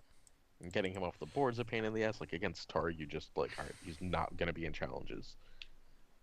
He's super good against Targ. The Yeah. ability to get Drac or the new event out of the game. I mean, or the dragons or Danny, like whatever. Just yeah. Well, in fact, he also doesn't have the kneel. Is nice, right? It's just an action. And once it's per once round. phase. Yeah, No, it's once per round. And the card doesn't come back, so you can just remove the fucking second sons from the game and be like, they're never coming back. Like he dies, those don't return to the game. You can play other copies, but they don't return to the game. Also, the fact that he's 4 cost saves him from so much bullshit, but not Ward. Yeah. Not Ward. I mean, not Ward, not Tears, not like. Not Tears, right? There's But got to be some again, answers to him, right? Like that you can play another copy is really powerful, but like. Sorry, that you can't play another copy, but like, don't overlook just removing shit from the game. Well, I like Ward. Like if he gets warded, the cards you removed don't get to come back unless he leaves play for some way, right? So well, they're gonna march him, right? right, they're gonna march him or something. But I just think that that's a really good thing about it, right? Where they ward it and they're gonna march him, but you get that whole round without their ability to play those cards. I mean, So. yeah, and like if he's out for 3 or 4 turns with all the pillage, with all the saves, like he's fucking phenomenal. Like I thought he was gonna be cute, and playing against him is just the most fucking frustrating thing in the game. Yeah, use him to remove Ward. It's true. Yeah. I mean, so how vulnerable is he though as a 3 strength power icon? It depends upon what you're playing against. I mean, what gets rid of him? Ward. What else? Tears. Valor. Best key Ward. kill. I mean, Valor doesn't get rid of him. Let's be honest. I mean, are you going to use your Iron Mines on him over New Asha? Against Targ, toss up. Or Ariane. Or New Ariane can get rid of him. Newton. So yeah, it's. I mean, no. Nuarian can return him to hand, which doesn't solve the problem, and he's much more likely to get rid of your Nuarian. how's he going to get rid of your new Arion? How's your new Arion should not be in your discard pile. Pillage. How many are you running? Pillage, that's Because true. you're running 3. Oh, fair. Pillage, you're gonna lose intrigue at some point probably. He's phenomenal, and he's like one of the better forecasters in the game. Yes, at it. He's a beater. Ooh, all right, but now since I have the FAQ up here, so if your opponent has 2 copies of Second Sons in their discard pile, though, you removing Second Sons from the game does not stop it. I mean, it's okay. You got 2 rounds. True enough. But it says a removed copy of the card cannot be put into play by card. Can still be put into play by card effects. So it can get core Aria or core Ariane can get around it. Yeah, I get it. There's tricks. It's fine. He's still phenomenal. Oh, I agree. But you have to constantly remember and play around. Okay, so what forecasters in the game are better? Core Cat. Core Cat, yeah. Marcella. No, Garland? I think Marcella's better. I don't think Garland's better. I think they're good. I just think he's better than both of those. Yeah, Jogo probably not better. Still really good. Like forecasters that are better is a problem, right? Like at least Davos? I have to see what forecasters exist. probably better than Davos. You looking up forecasters? Yeah, look up forecasters. You want a list of forecasters? Yeah, go for it. Cost equal 4. Characters, obviously. Yeah. Ari. That Close. Close, Toss yeah. up. Cersei. All right. He's not as good as Cersei, but there's 2 Cerseis, so like I would take him over Cersei because of that. Without that, I think Cersei's better. Chella. He's better than Chella. Yeah, He's certainly. definitely better than Shelly, yep. He's probably better than Daisy. He's definitely better than Daisy. Yes. But definitely better than Daisy. Yep. Uh, I don't think better. he's better than Cordavos. I do. I think it's close. Like Cordavos is just such a flexible card. I just think, yeah, I think he's better than Cordavos. He's better than Faceless Man. Yeah. Poor Ryan. I think Better Faceless than Man's still gonna be good. We need a meta with more kill. He's not better than Jory. He is Jory? He's Yeah, definitely better than Jory. Jory is like, but Jory is at no. Jory's Jory in a and Stark work a lot. Like, yeah, I don't think Jory's that great. It's close. Can we at least all agree it's close? Because Jory is a really Sure. good card. Sure, but I'd rather have Triss than Jory. Like Not better than Newly Made Lord. I think he's better than Newly Made Lord. I don't know about all that. He's better than Last Earth. He's better than it's not necessarily better than Marge, but there's two other versions of Marge that are really good. So I love that Marge, but yes, he is probably better than her since you're very unlikely to run that one. better than Maria Seaworth. Yep, Yeah. definitely. She never quite worked out, huh? She's annoying, but she's a win more card. Yeah. Recruiter for the Watch. He's better, but He's not better, by a lot. but- Recruiter's great. Recruiter's a Venomous Blade fantastic being card. back in the meta really hurts recruiters. Yeah, that's the biggest problem. Better than Armory Lorch. Yep. Mhm. Looking for things that there might be. Stannis' Cavalry is a card we thought would be really good, and might. I still think it's really good. It's just the house is bad. Yeah. I agree. He is worse than Danella. That is accurate. Forgot Danella exists. Yeah, he's Yeah. definitely. Yeah. I love Danella. Danella's right up there with my favorite forecasters in the game. You've been playing a lot of Martell Wolf. I mean, she's just really good. I mean, she's great in Stark too, but Economy is good, right? Like, yeah, economy is good. using him with Core Curse, All right. Cersei, and Lenny Kraken. So I'm going to end this exercise in sort of listing cards. Triss is really fucking good. Yeah, he's and a big time dude. Evan was a very smart FFG employee to get his likeness put on this card. And make it Botley. See, I'm not the only non-champ with a champ card. Evan has one too. So I think that this is. And Alex Hines has one. So, all three of us never won anything and have a champ card. It's great. Blackwind. All right, Blackwind. Pretty good card. I think it's a builder. I think it's a builder. beard. I think it's a beard. I think you're underrating how good that draw is. I mean, we really have to. We have to ask ourselves, like, how good is new Asha going to be? Like, how good are these pillage decks going to be? I mean, I don't think she's like I'm running at least one of with old Asha too, because old Asha's gonna close motherfucking fast with this card. That's true. The renown on old Asha is ridiculous. Yeah. Particularly early, right? Like, if you can see Asha in this early in the game, when her stealth and ability to do 2 challenges minimum is very powerful. Pointed. I think, Blackwind is insane. I mean, but does it just go in Greyjoy decks as 1x? I don't see like Greyjoy likes draw. Greyjoy likes renown on a character it's running 3 of, whichever version.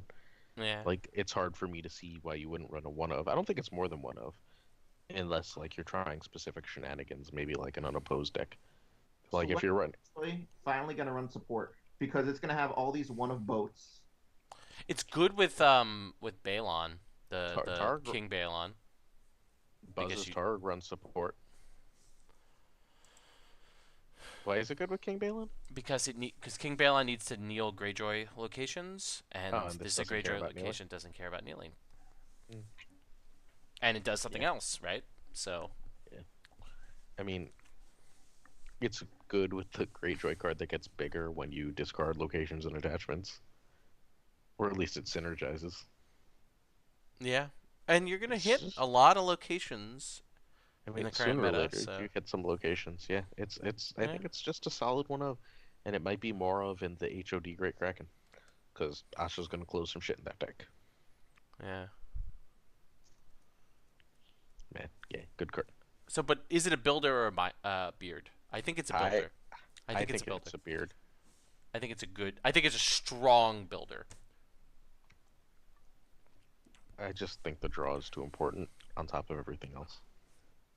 Like that one extra card for Greyjoy is a far greater likelihood than I think literally any house except maybe Targ of just winning you the game. Plus one card means more to them. Because like that plus one card is so likely to be, unless it's economy, like almost everything else they run can turn games. Yeah, and the fact that it's challenge phase draw, Yep. like the fact that you can have a We do top not so decked, we do rise. not sow or rise. Yeah. Yeah. And Greyjoy can still run out of cards, and the Yeah, ability to have multiple locations that draw you cards is good. So. that's what turned me to the new Asha. That like being able to go like I am Greyjoy and I need this card from the top 6 of my deck or top 8 of my deck Yeah. is pretty goddamn strong. Yeah. Hmm. Scott, did you rate the card? I think it's a builder just because I'm just finding the slot, but it's really strong. I think Greyjoy basically has to start running support, which you know means Dan's gonna play Greyjoy. All he wants to do is toolbox their locations. That's like his life's goal. Yeah, I mean, I think Dan is more of a Greyjoy player in second edition than he is a Targ player. Yeah, well, Tar's boring. Yeah. Well, here's I a Arg is boring in second edition. I mean, relative. besides the Buzz and then the John and like those builds are fun, but like regular Targ burn is You're boring. talking about Sandy Targ. Yeah, It's Sandy boring. Targ is boring. Yeah. And like the crossings are boring. Most of the crossings are boring. Like they took skill to build, but they're not fun to play. I think the one that's fun to play is the Jim Henson deck, the I one don't that's think it's running I mean, Barristan. I mean, Barristan's just maybe. a fun card to play. I don't know. Yeah. Yeah. There's some interaction there. I don't know. Whatever. All right. Well, But this what do you got? Alright, want to get to Two Beards? yeah, Stormcrows is good. Like, What? You just good? yeah, but like fantastic. I mean, I'm bullish on this card. You know from our testing that I think that this card is really strong. All right, I think it's strong when you marshal it. I think it's strong when you pull it out of the discard pile and even just bestow one it and So to outside of burn Dan, that like character. you're never running the Dothraki one, right? Not anymore, no. Unless you're running a Dothraki deck that just needs more Even Dothraki. no, you don't need more Dothraki because if you're in the Dothraki deck, you just run the 3 cost for 3/1 because that one's also a Blood Rider. It's true. Oh, this card is so stupid.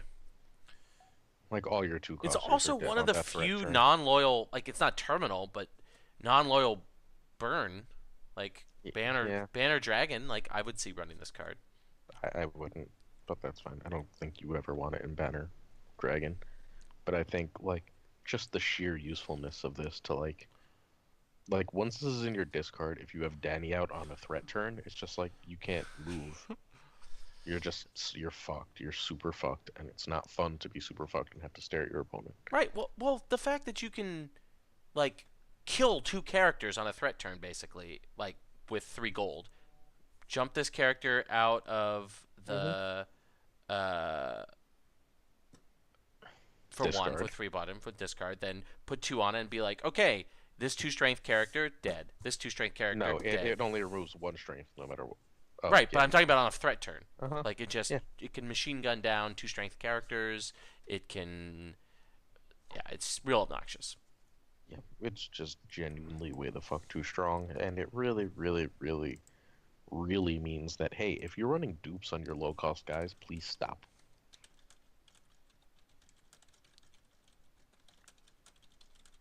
Between this and Venomous, I think you're leaning more and more toward like just getting low costers out as Chud, and I think this utterly kills Mini Curve. It fucks Night's Watch. It fucks little Theon. Yeah. Yeah. Like Night's Watch used to have an okay matchup with Targ thanks to the wall, but this says, well, fuck you. Yeah, no, this destroys everything. It's too good. It's a beard, and it's like just I don't know how to beat this card. Like I think Stormcrows might be better than Consuming Flames. I don't know about that. But I think it's really It's good. it's so easy to slot in. But I think Consuming Flames might be better than Drac. Oh, Consuming Um, Flames is probably better than Drac, because we're just moving on to Consuming Flames, by the way, listeners / Okay. viewers. Yeah, Consuming Flames is 'Cause, stupid. I mean, the question is like, well, the ability to detether burn from the dragons, I think, is really powerful. Like in and of itself, right? The fact that you can run a Targ deck that now has terminal burn and not run any dragons is really strong. And there's the ability to run this plus the Dragon Drac package. Ooh. Yeah, no, I don't. A I don't. Fleabot package more. Mm. And the Freedmen package. Like, Targ is going to need the restricted list. They're the faction that's going to make the restricted list be must-have, not just... This would be really, really fucking nice to have, but this is... I mean, yeah, no, it's a beard. It's stupid. It's insanely strong. It's Targ now just needs to figure out how to run more draw, right? Like, because they're Well, do you just run basically two counting, right? In most Targ decks now? I mean,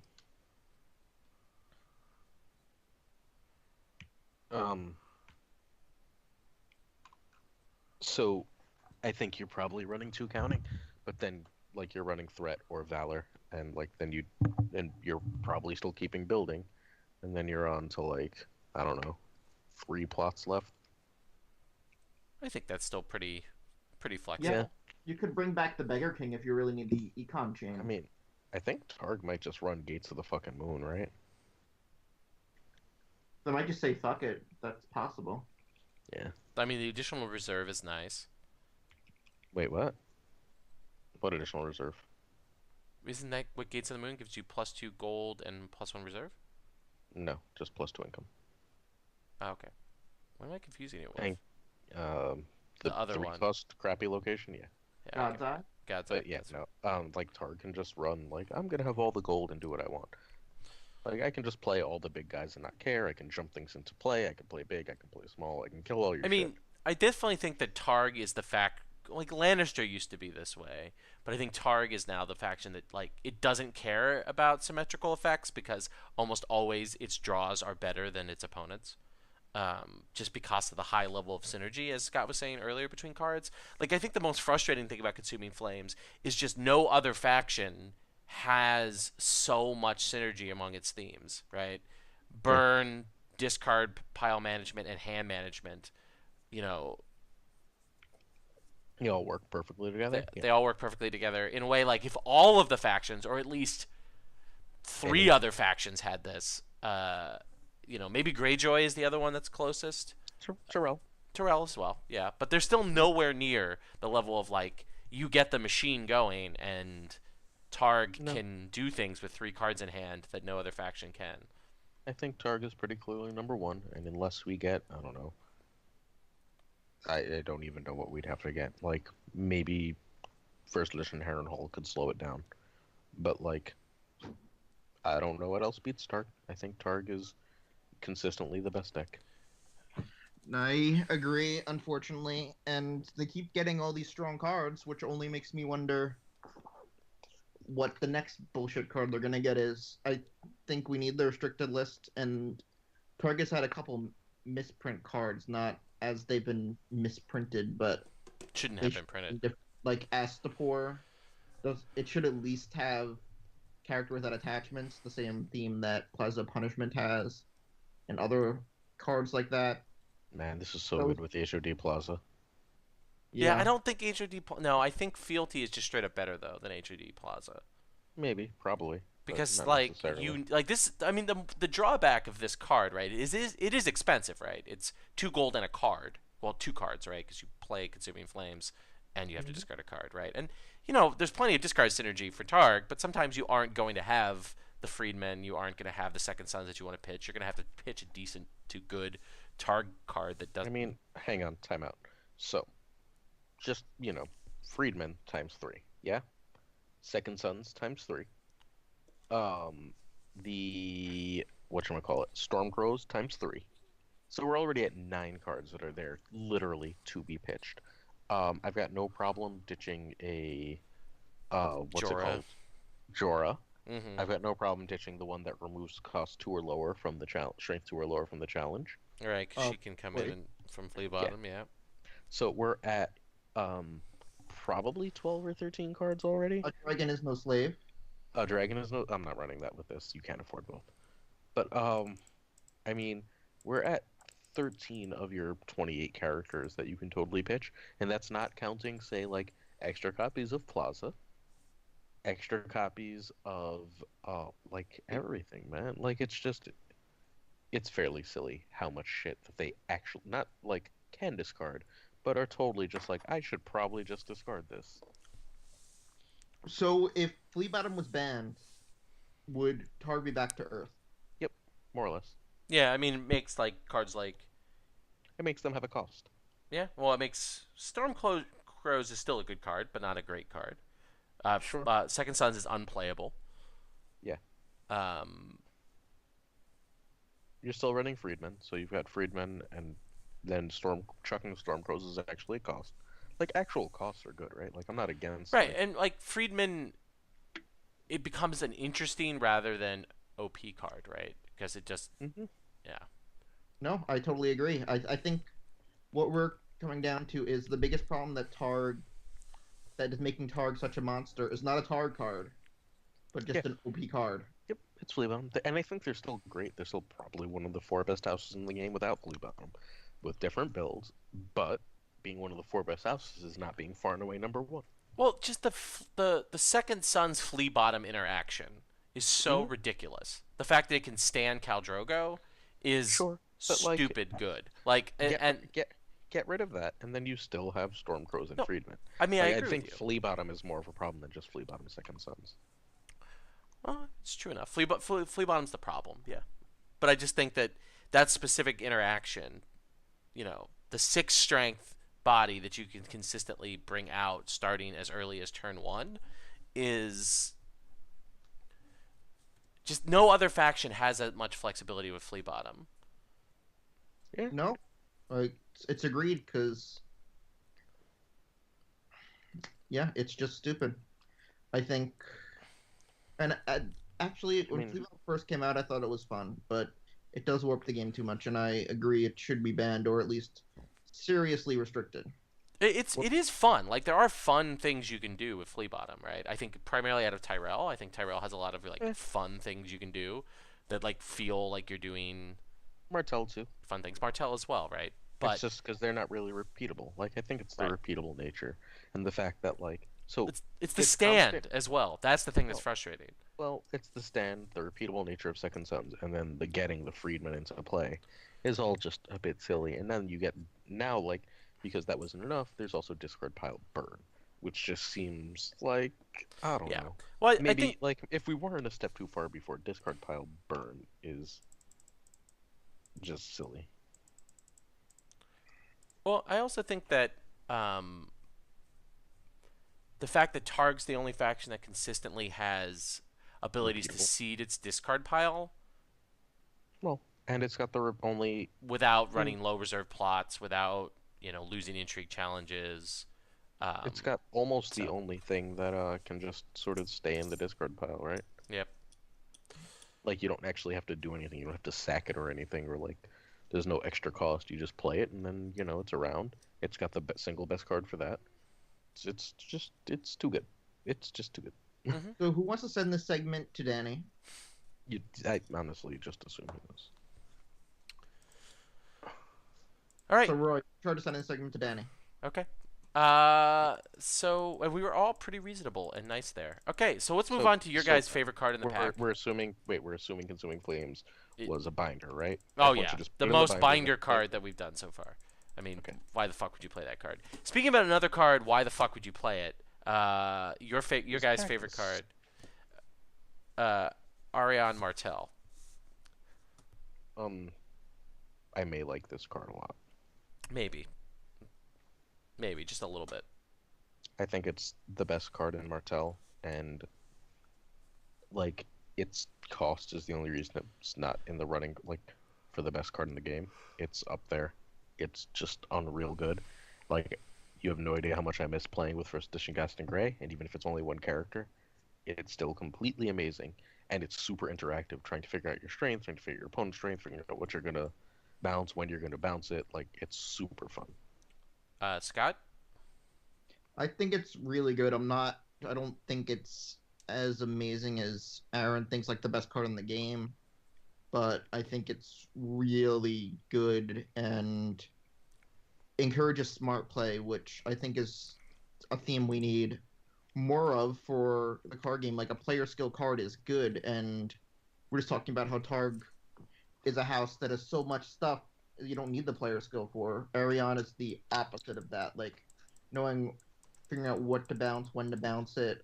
Do you want to bounce your own character to use it again, or to avoid a Valado Harris, or to avoid a Valor Margulis, or do you want to even challenge with Arion or use her on defense? Is the card draw worth it, or is it worth sticking this attachment on her and not marshaling other things because you're gonna have to repeatedly use her again? It just I creates a mean, lot of thoughts that separates the good players from the bad players and the good players from the great players, and that means a lot. And I don't think I'm a great player. Like I think it would separate someone like a Dan Struhal from me, or I know we were talking about how I thought Sam Bratz like it's just outplaying like a Sam Bratz for me. Like I think they'd outplay me with that type of card, and that's the type of card I want in the game. I don't want cards like Second Sons interacting with Flea Bottom. I want cards like Arion Martel making people who play so better win.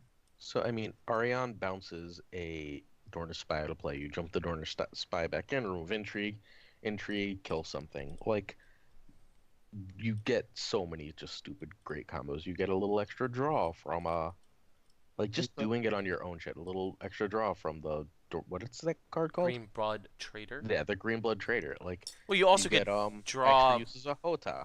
Right. Well, the fact that you also don't have to kneel her to do it means that you can use her. You can win an intrigue challenge with her. Draw a Yeah. card, pop her back, either dropping your guy back to your hand or popping your opponent's best character. Her interactions with Venomous Blade. You know. Yeah, she's real good with Venomous. Uh, Like she sets up March like a motherfucker with Venomous. Right. Well, and the fact that a Martel deck, once it gets an economy going, can do things like play Arion, use Water Gardens to put the Venomous Blade, kill a character in Marshalling, pop it. Like it's just You can tell Roy's excited because he started hitting his hands in the background. I'm not excited because I'm not a Martel player. But I see the interactions, and there's a lot of, as Scott said, there's a lot of high skill interactions with her. So does she bring her father into the meta? And I mean that Cordoran, not the. Yeah, Yes. of course. Yeah, absolutely. So what I will say about her is I think she's possibly the only seven coster that is good for the game. Hmm. Yeah, I could see that. Like she has to be really expensive, otherwise she's just too good. But like at her current level, she is absolutely phenomenal. I don't for think the she's game. the She's only super strong, seven coster, not but broke. I think she's a seven coster along with the Night's Watch box John that does interesting things. That's not just efficiency. I don't even. Yeah, maybe. I mean, I like the box John, but that's just maybe. I don't. Just, I'm not sure Bach John is good for the game. He's annoying I mean, she also seeds your discard pile really, really fucking well. because she's making you go over reserve. Um. So yeah, she puts you right over reserve. You end up chucking your Hota or Dorner Spy when you have Flea Bottom out, which is extra useful. She helps seed that. Um, like just if you can bounce something and back into play, like she gets you that extra stand, which is hilariously interesting and useful. She is great at bouncing her own stuff immediately before Doharis. Like you get her and Doran out with a army of chuds, and you're just like, huh, you know what? Fuck them. I'm gonna keep my army of chuds. I know they're not running for a snow. It's mid game, and now you've just got like an insurmountable board while they had to chuck all their big dudes. Pretty great. I mean, I think Great Hall is really what makes her possible, right? Yeah, I mean, Great Hall, Iron Bank, and the Guilty. the fealty, the Dornish fiefdom. Like Martell has a pretty solid economy base, and you can also like just run a big gold, right? Like it's not like big gold bites you. If you're giving your opponent 3 gold on a trading turn, but then you're bouncing whatever they spent that extra 3 gold on, it doesn't matter. I mean, that's also a really good time to do Harris, right? Yeah. Yeah. Well, particularly because your most expensive character is sitting safely in your hand. Yeah. I mean, it's beastly. It's super fun. Like I really want to be running 2 March, and I can't fit it. Just she sets up. She's the best setup for March outside of Burn. Very powerful card. All right. So does she push Core Arion out? Yep. I think you're. I think think they're X. Yeah, exactly. I think they're totally different decks. I think with Burn in the meta, yes. I would agree with that. With such a target heavy meta, the new Arion is better, but I think in a vacuum, if we're talking about what card is better, I think they're just very different cards and very different decks. Yeah, you're running more mid-costy stuff. Like in a Banner Dragon, I'm probably running Core Arion, right? Because all the good stuff is about 5 cost. Yeah. So Yeah, or like it's still not ridiculous to say you're running one of one version of Arion and two of the other. yeah, I mean, I still don't really like that. I see why it's the only time in the game's history, any edition, that's been acceptable, but I'd still rather aim for consistency over. I mean, I do too, and I'm not sure if there's a deck that I want to do that with, but I don't think it's completely ridiculous. I mean, the closest deck I think is the Wolf, right? Like the Wolf really likes both because it has a bunch of shit you can jump in with Arion, and the Wolf also really really likes just taking away options. So like I can see it in the Wolf, but I don't know if that's enough. Time will tell. Yeah. But anyway, Beard. Yeah. Beard. The house that pushes Martell back to prominent. The card that pushes Martell back to prominence. And makes previously unused cards way the fuck better. Which Like is also Doran. really nice. Like exactly like Doran, which in turn makes Quentin better and Viper better and both Vipers better and Marcella better and Edric goes back into decks. Yeah. Like that's a lot The of whole Lord synergy. and Lady. I mean, it makes Tristane a little bit better. Yeah. Yeah. The whole Uh, Lord package is better. so are you saying that Change of Plans is not the card that makes Martell relevant again? Yeah, it's a That's a binder. binder card. All right. How about Thoros? He's a binder card. I think he's a builder. I think he's probably good in Brotherhood decks where you can get power on people. Yeah, I mean, I think you might see him in one of in a Brotherhood. Like, all right, how about in a that Bara Brotherhood deck, Scott? Yeah. With this would run Thoros, right? I mean, maybe you'll play one of him, but I mean, Yeah. the trait. I think his cost is bad. Yeah, I mean, I'm still running one of. You definitely want him in Barra. He kneels stuff with Mel, and He can can save her. He can save Mel. Yeah. He can save what's his face, Barrack, and not have to burn a kiss token. yeah, So. I'd rather just burn a kiss token and save himself. Well, he can't save himself. Oh, another. Okay. So. Yeah, I think he's plenty good. Yeah, I think he's. a I think he's. 5 cost I think he's a neutral low end builder. Like, Yeah, I not think great, he's a but not. medium builder. He'll come out of your binder. Just one copy though. Like if Like, you I lose the think- other 2 copies, you'll be fine. Yeah, I mean, yes. Gates of the Moon. This was the card you guys were talking about. Talking about. I still don't think it's. Oh wait, good. you can't HRD this. No. I didn't say HRD. Which is I said limited. it goes Oh, in right. HRD. Oh yeah. Like, if you're worried about econ in your HRD deck, just run 3 of this and shrug. I think this card is fucking excellent, and I think without Targ it would be meta altering, and I think Targ probably wants it because what the fuck do they care what you play?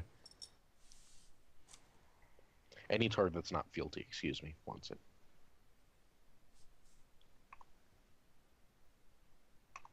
Nobody?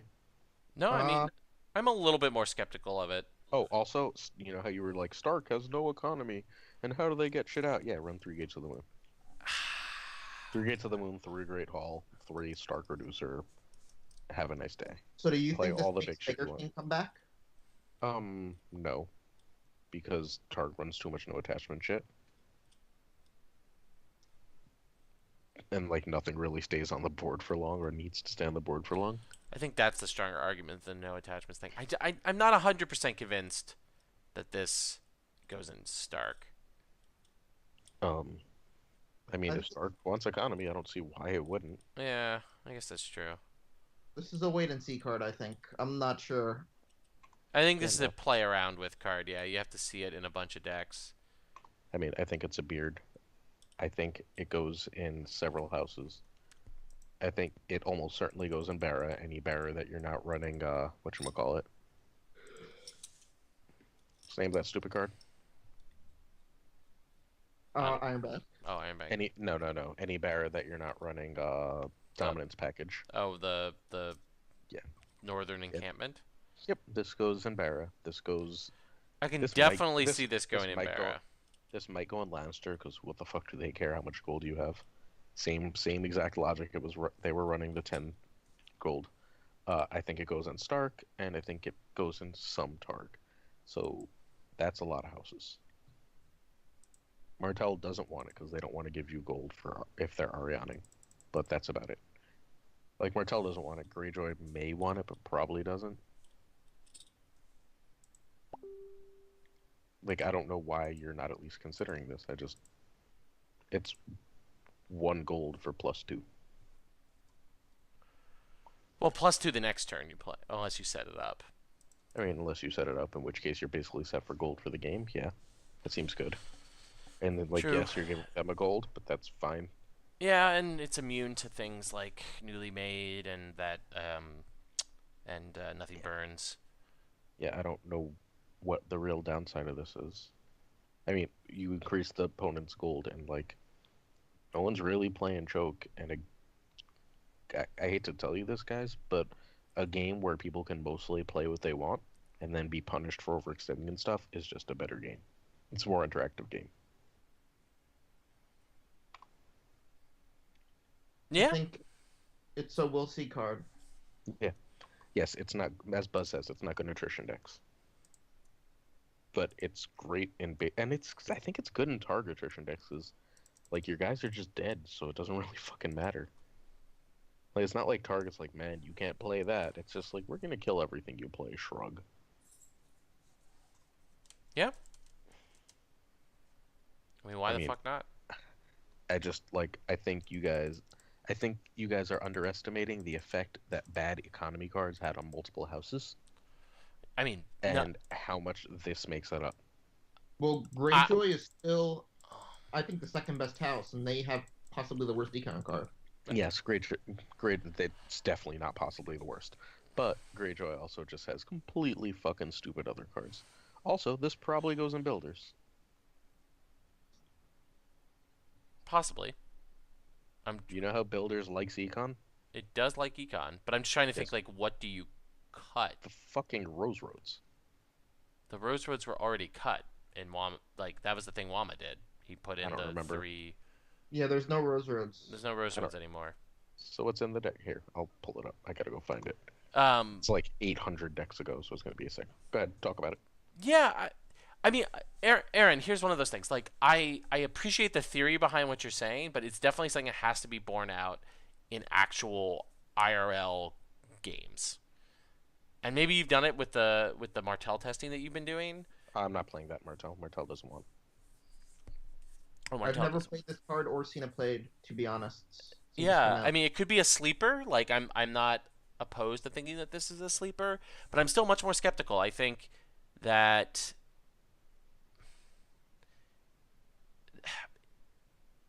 the fact that I think if you set this card up, it's redonk, but if you see it even in the first turn, it's weak. Like if you are going first and you see this in the first turn, like there's a point, like the point where it's gonna be hard to play in some situations, unless you're running a deck that really bases its economy base around Gates of the Moon. Which, and maybe there are good, like maybe there are good decks that do that, but there's no deck that screams to me right now, basing your, like Stark, right? For example, Stark has trouble going second. I don't think I care. So Like, you can have the extra gold. I just don't care. That's fine. You get the extra gold a turn before I do. It's dead even on gold. I don't care. okay, Like in Stark, I just don't see why I care what gold you have, unless I'm playing Denial. This doesn't go in the Denial deck. no, it doesn't. This go goes into into that, like, I just want to shit out big guys, and then have one turn where I shit out all the big guys and win. Because, hey, +2 gold is pretty good for that. I mean, I'm not opposed to trying that out. I think that trying 3 of this, 3 Great Halls, 3 Rose Roads in a Stark deck. Or probably 3 of the Stark. Oh, 3 Reducer, Stark but yeah. locations, right? Yeah, 3 of the Stark Reducers in a mono Stark might be a good bet. Particularly if it's like HOD, Gates of Winterfell or something. Yeah. Could be Just shit out cards, make them stop you. could be good. I think this is a beard, and I think, yeah, I'm agreeing with Buzz in the chat. I just think it's really good, and people haven't messed with it because they go, oh, downside, like no one played Trading. fucking trading right away. Everyone's like, oh, this is gonna be bad. I don't want to give 3 gold, and then like they're like, oh wait, everyone should be playing that because just not having to worry about econ makes the game better. Like I don't know why we still have to discuss that with everyone all the time. But like, hey, when you have to worry about econ all the time, there's no fun when you just don't see econ and lose. Like, congratulations, you didn't play a game. You got to watch someone twiddle their thumbs for a while and try and play from nothing. Like, that was the whole point of gold on plots, and they forgot that for second edition, and we've suffered with it.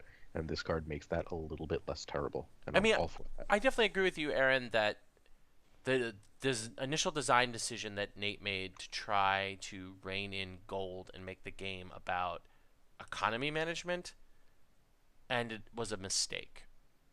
Mhm. Particularly because they failed to design cards that properly worked with it.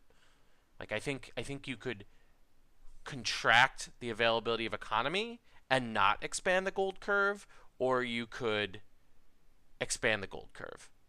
Yes. And Well, they didn't, and this card helps to accomplish that for the houses that couldn't before, because Barra had no way to do this. I mean, maybe you're selling me. I mean, I'm always looking for the next great Stark hope. Yeah, And I so just maybe- I don't see what Barra and Stark were doing to make up for the lack of this card before this card. Like, I might even run this in Greyjoy. Like, I don't see why I'm not, especially. We will see. Like, it gets rid of that whole, like, Greyjoy, chuck your...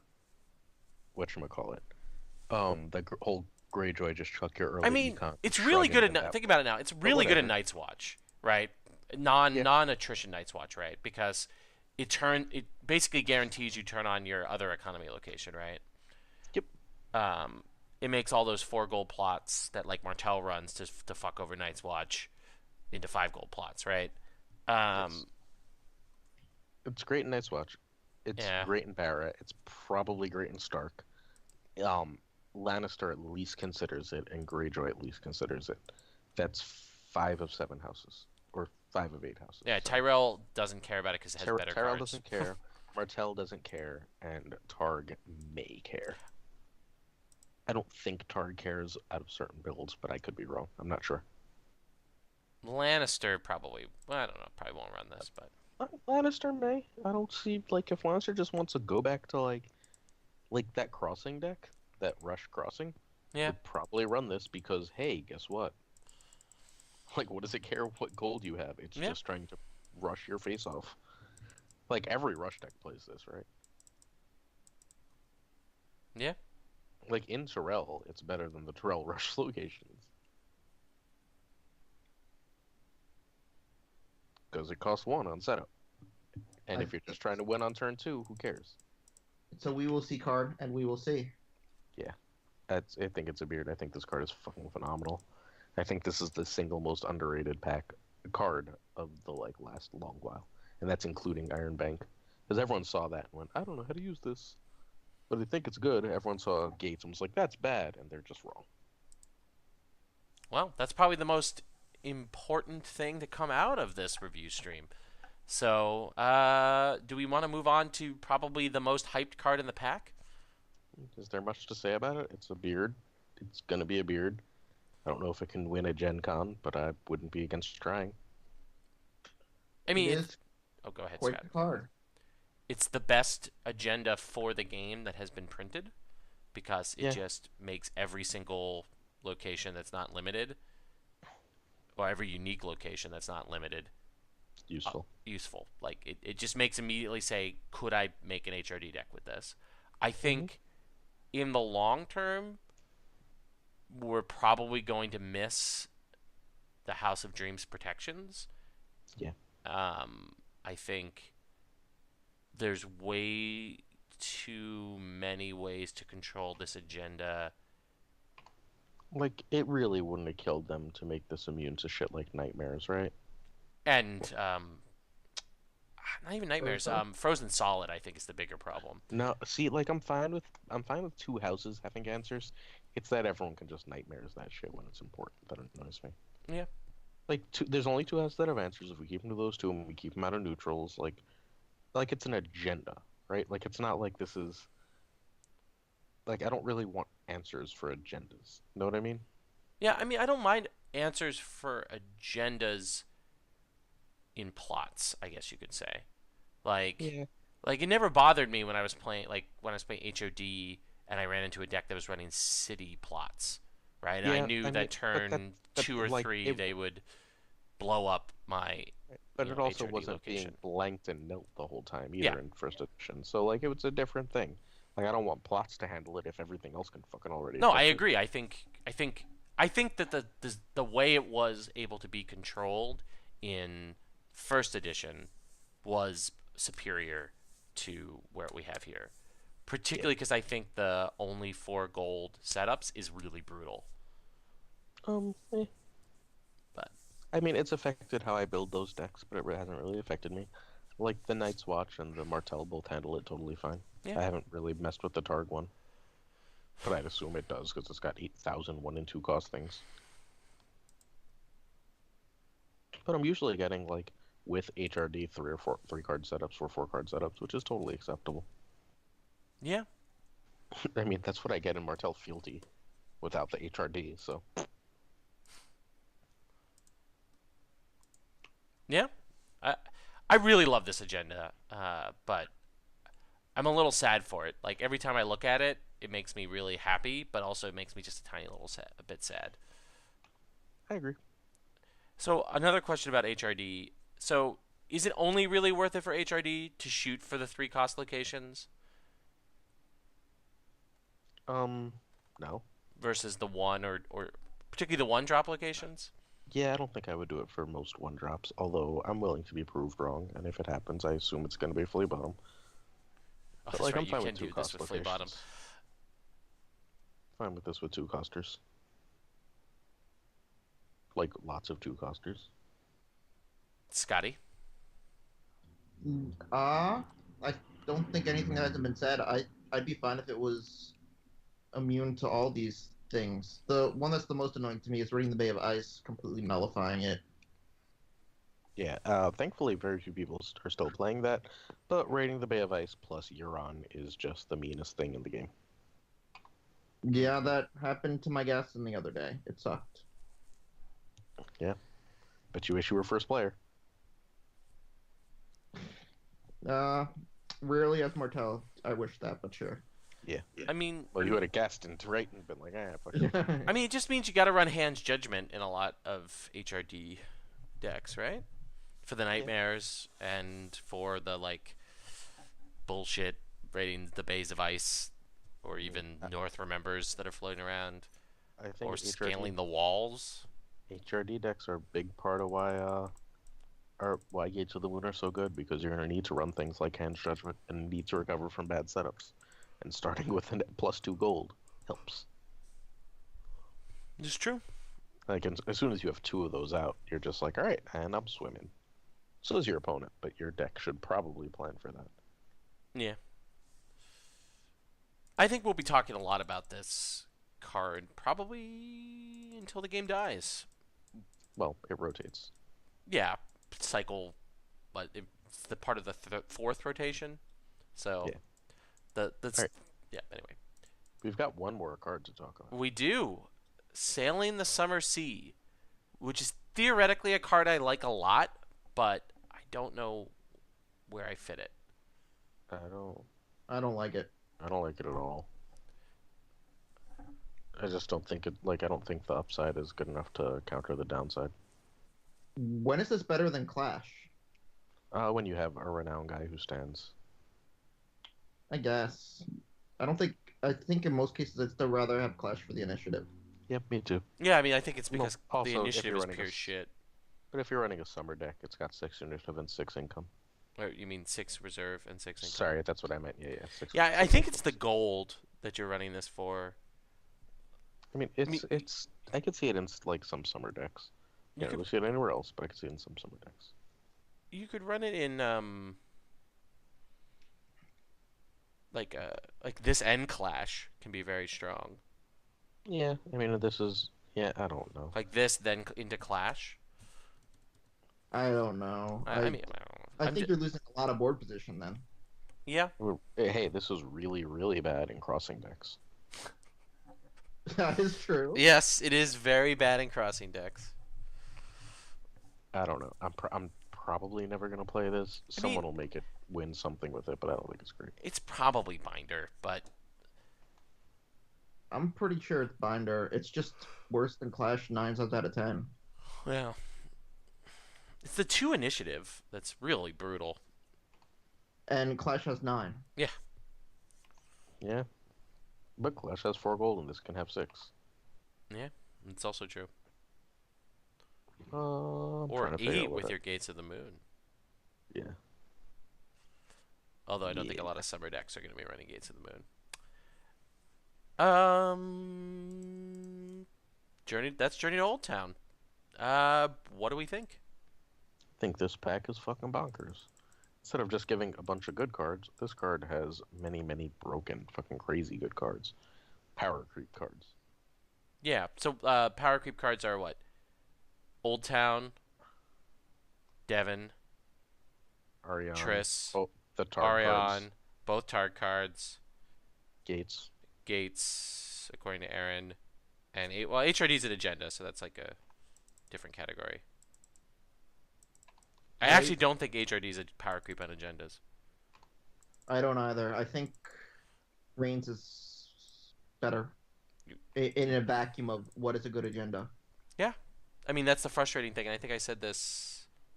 Was that the Second Sons or White Book? Oh. I don't remember. Where just Reigns is too good, Reigns is the gold standard for agendas to be. and the fact that maybe Wars to Come is the closest thing. I think it was a White Book. I think Wars to Come might be the closest thing to Reigns. It's frustrating that Danny continues unless a champ. Well, I mean, to be fair, Corey designed this agenda. Unless you're a champ, the agendas are very underpowered, and that's very frustrating. It's fine. We talked about the agenda that I want to make if I ever am champ that you hate, Roy, and I'll specifically print that just for you. Which one's that one? The areas list. Is that about like killing things? Yeah, but we could change it to remove from game. Oh, it's the anti-dupe agenda, right? Okay. Yeah, it's my least favorite thing. That's right. That's why. So I'm not gonna help you at Gen Con this year. Seems unlikely. I think he was lying. All right. So any general thoughts about where so we're a quarter, right, of the way through the second cycle. What do we think so far? I think Danny coming into it said that he was pushing Bestow to new places, and what was the other thing that Danny said? He said, trying to keep banners. like a thing that people care about. So that's why so many cards in this cycle so far are non-loyal. So what do you guys think? Is the fourth cycle hitting its design goals? Like, is Bestow Nope. being pushed? Yes. You know, But the other interesting one, way, nope. but not. So you don't think it's actually keeping banners relevant? No, not at all. I think there are some niche cards that make you think about it more. Like House of Black and White, we were talking about a bunch of interactions between multiple houses. Like that this is a Martell Wolf card, that this is a Lanny Wolf card, and but So, I think what we're going to come down to is there's if you're going to banner, there's like 2 or 3 houses that are worth ever bannering, and that's Wolf is probably going to be a big one because if Ward's a good card. well, Frozen Solid if this Yep. agenda is good, and this House of Black and White is also a good uh card to banner too, as well as Brand Mario are both solid. Besides that, I mean, Kraken is just good stuff, and Iron Mines are good to have. But I do think we're not going to see as many banners, and it just won't be like, I'm going to banner to this because, I like some of these cards. I don't think banners are good enough to really see much play anymore. Is there besides combo banners, what banners are still playable? So Wolf, which Scott made clear. What else? Wolf is the best one. Kraken, is Kraken still worth it? Iron Mines, Triss, newly made, the shipwrights. What else? Your deck Asha, both Your deck has Theons. to be really reliant on 1 or 2 characters that you really want the Iron Mines, I think. Otherwise, still probably not worth it. Or maybe you just really. Okay, Sid says yes. All right, awesome. Okay, so I'm going to do this introduction again. All right, so hello everyone, and welcome to this special shit show of a stream of which I, Roy R. Rogers, am in charge of the technology, so that means things will probably not work very well. This is an attempt to defeat SAD, seasonal affective disorder. All right. And yeah, so I am joined today by my usual fellow NYC. This is a sort of an NYC only stream today, which is myself and my usual compatriot Aaron Glazer. But we're joined by 0.5 of a White Book host. Is that what you are now, Scott? I'm 0.5. I mean, you've been on 2 White Book episodes in a row, so far, right? So, right, 2 White Books. 2. I think 2. You think 2? Maybe. I think it's 2. Maybe it's 3. Okay. Well, several White Book episodes, so that makes you half a White Book episode host. But one of my probably favorite Thrones players in the world, and fellow New York City player extraordinaire. There we go. Scotty. Roy, bad at that talking. I am bad at the talking. That's what you get when you have to spend 4 days with your family. Let's see. So what we're going to do today is we're going to review the entire fourth cycle so far. The first 2 chapter packs, which is Archmaester's Key, or the Archmaester's Key, right? And Journey to Old Town. Neither of which I think we've been involved in reviewing, right? Or Scott, did you review the pack with Will? I can't remember. I don't think so. And Aaron, you weren't on the review stream with Will, were you? I have not. Review episode. So, all right. So we have not actually shared our opinions of these cards. So we're going to go through card by card and give the traditional Second Sons rating, which is, what is it, Aaron? Beard, which is a balls out amazing card. Builder, which is a card you either build around or just stick in some decks. And Binder, which means stop thinking about this card. We don't really need to go into detail. Yeah. And, yeah. So, do we want to read cards? So, I do not.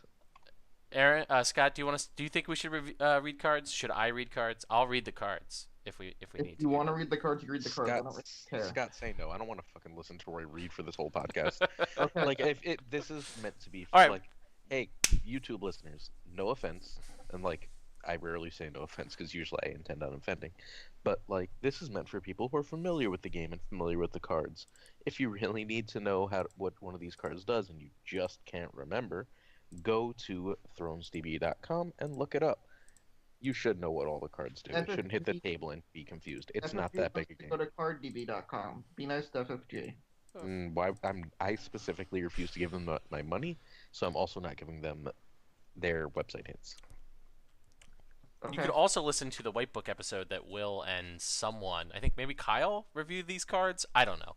I haven't been on the White Book except for the Luke goodbye episode for a while, so. Did anyone listen? Did you listen to that episode? 'Cause I I'm sick, did, because I wanted to know what was cut. And Will didn't really cut much. He actually just turned off your sound during a few key moments. You should listen to it, Aaron. It's pretty funny.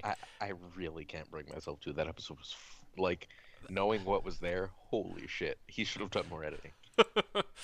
Well, you got away with a lot of things that you normally wouldn't have gotten away with. You could easily be sued in Canada by a certain Alexander Hines. So, I don't know who that is. Never heard the name. all right. Well, we'll start with the first card. I will at least say what the card is, which is Archmaester's Key. What do we think that Binder. this is? Wait, what? Oh, We're going to talk about cards now, Aaron.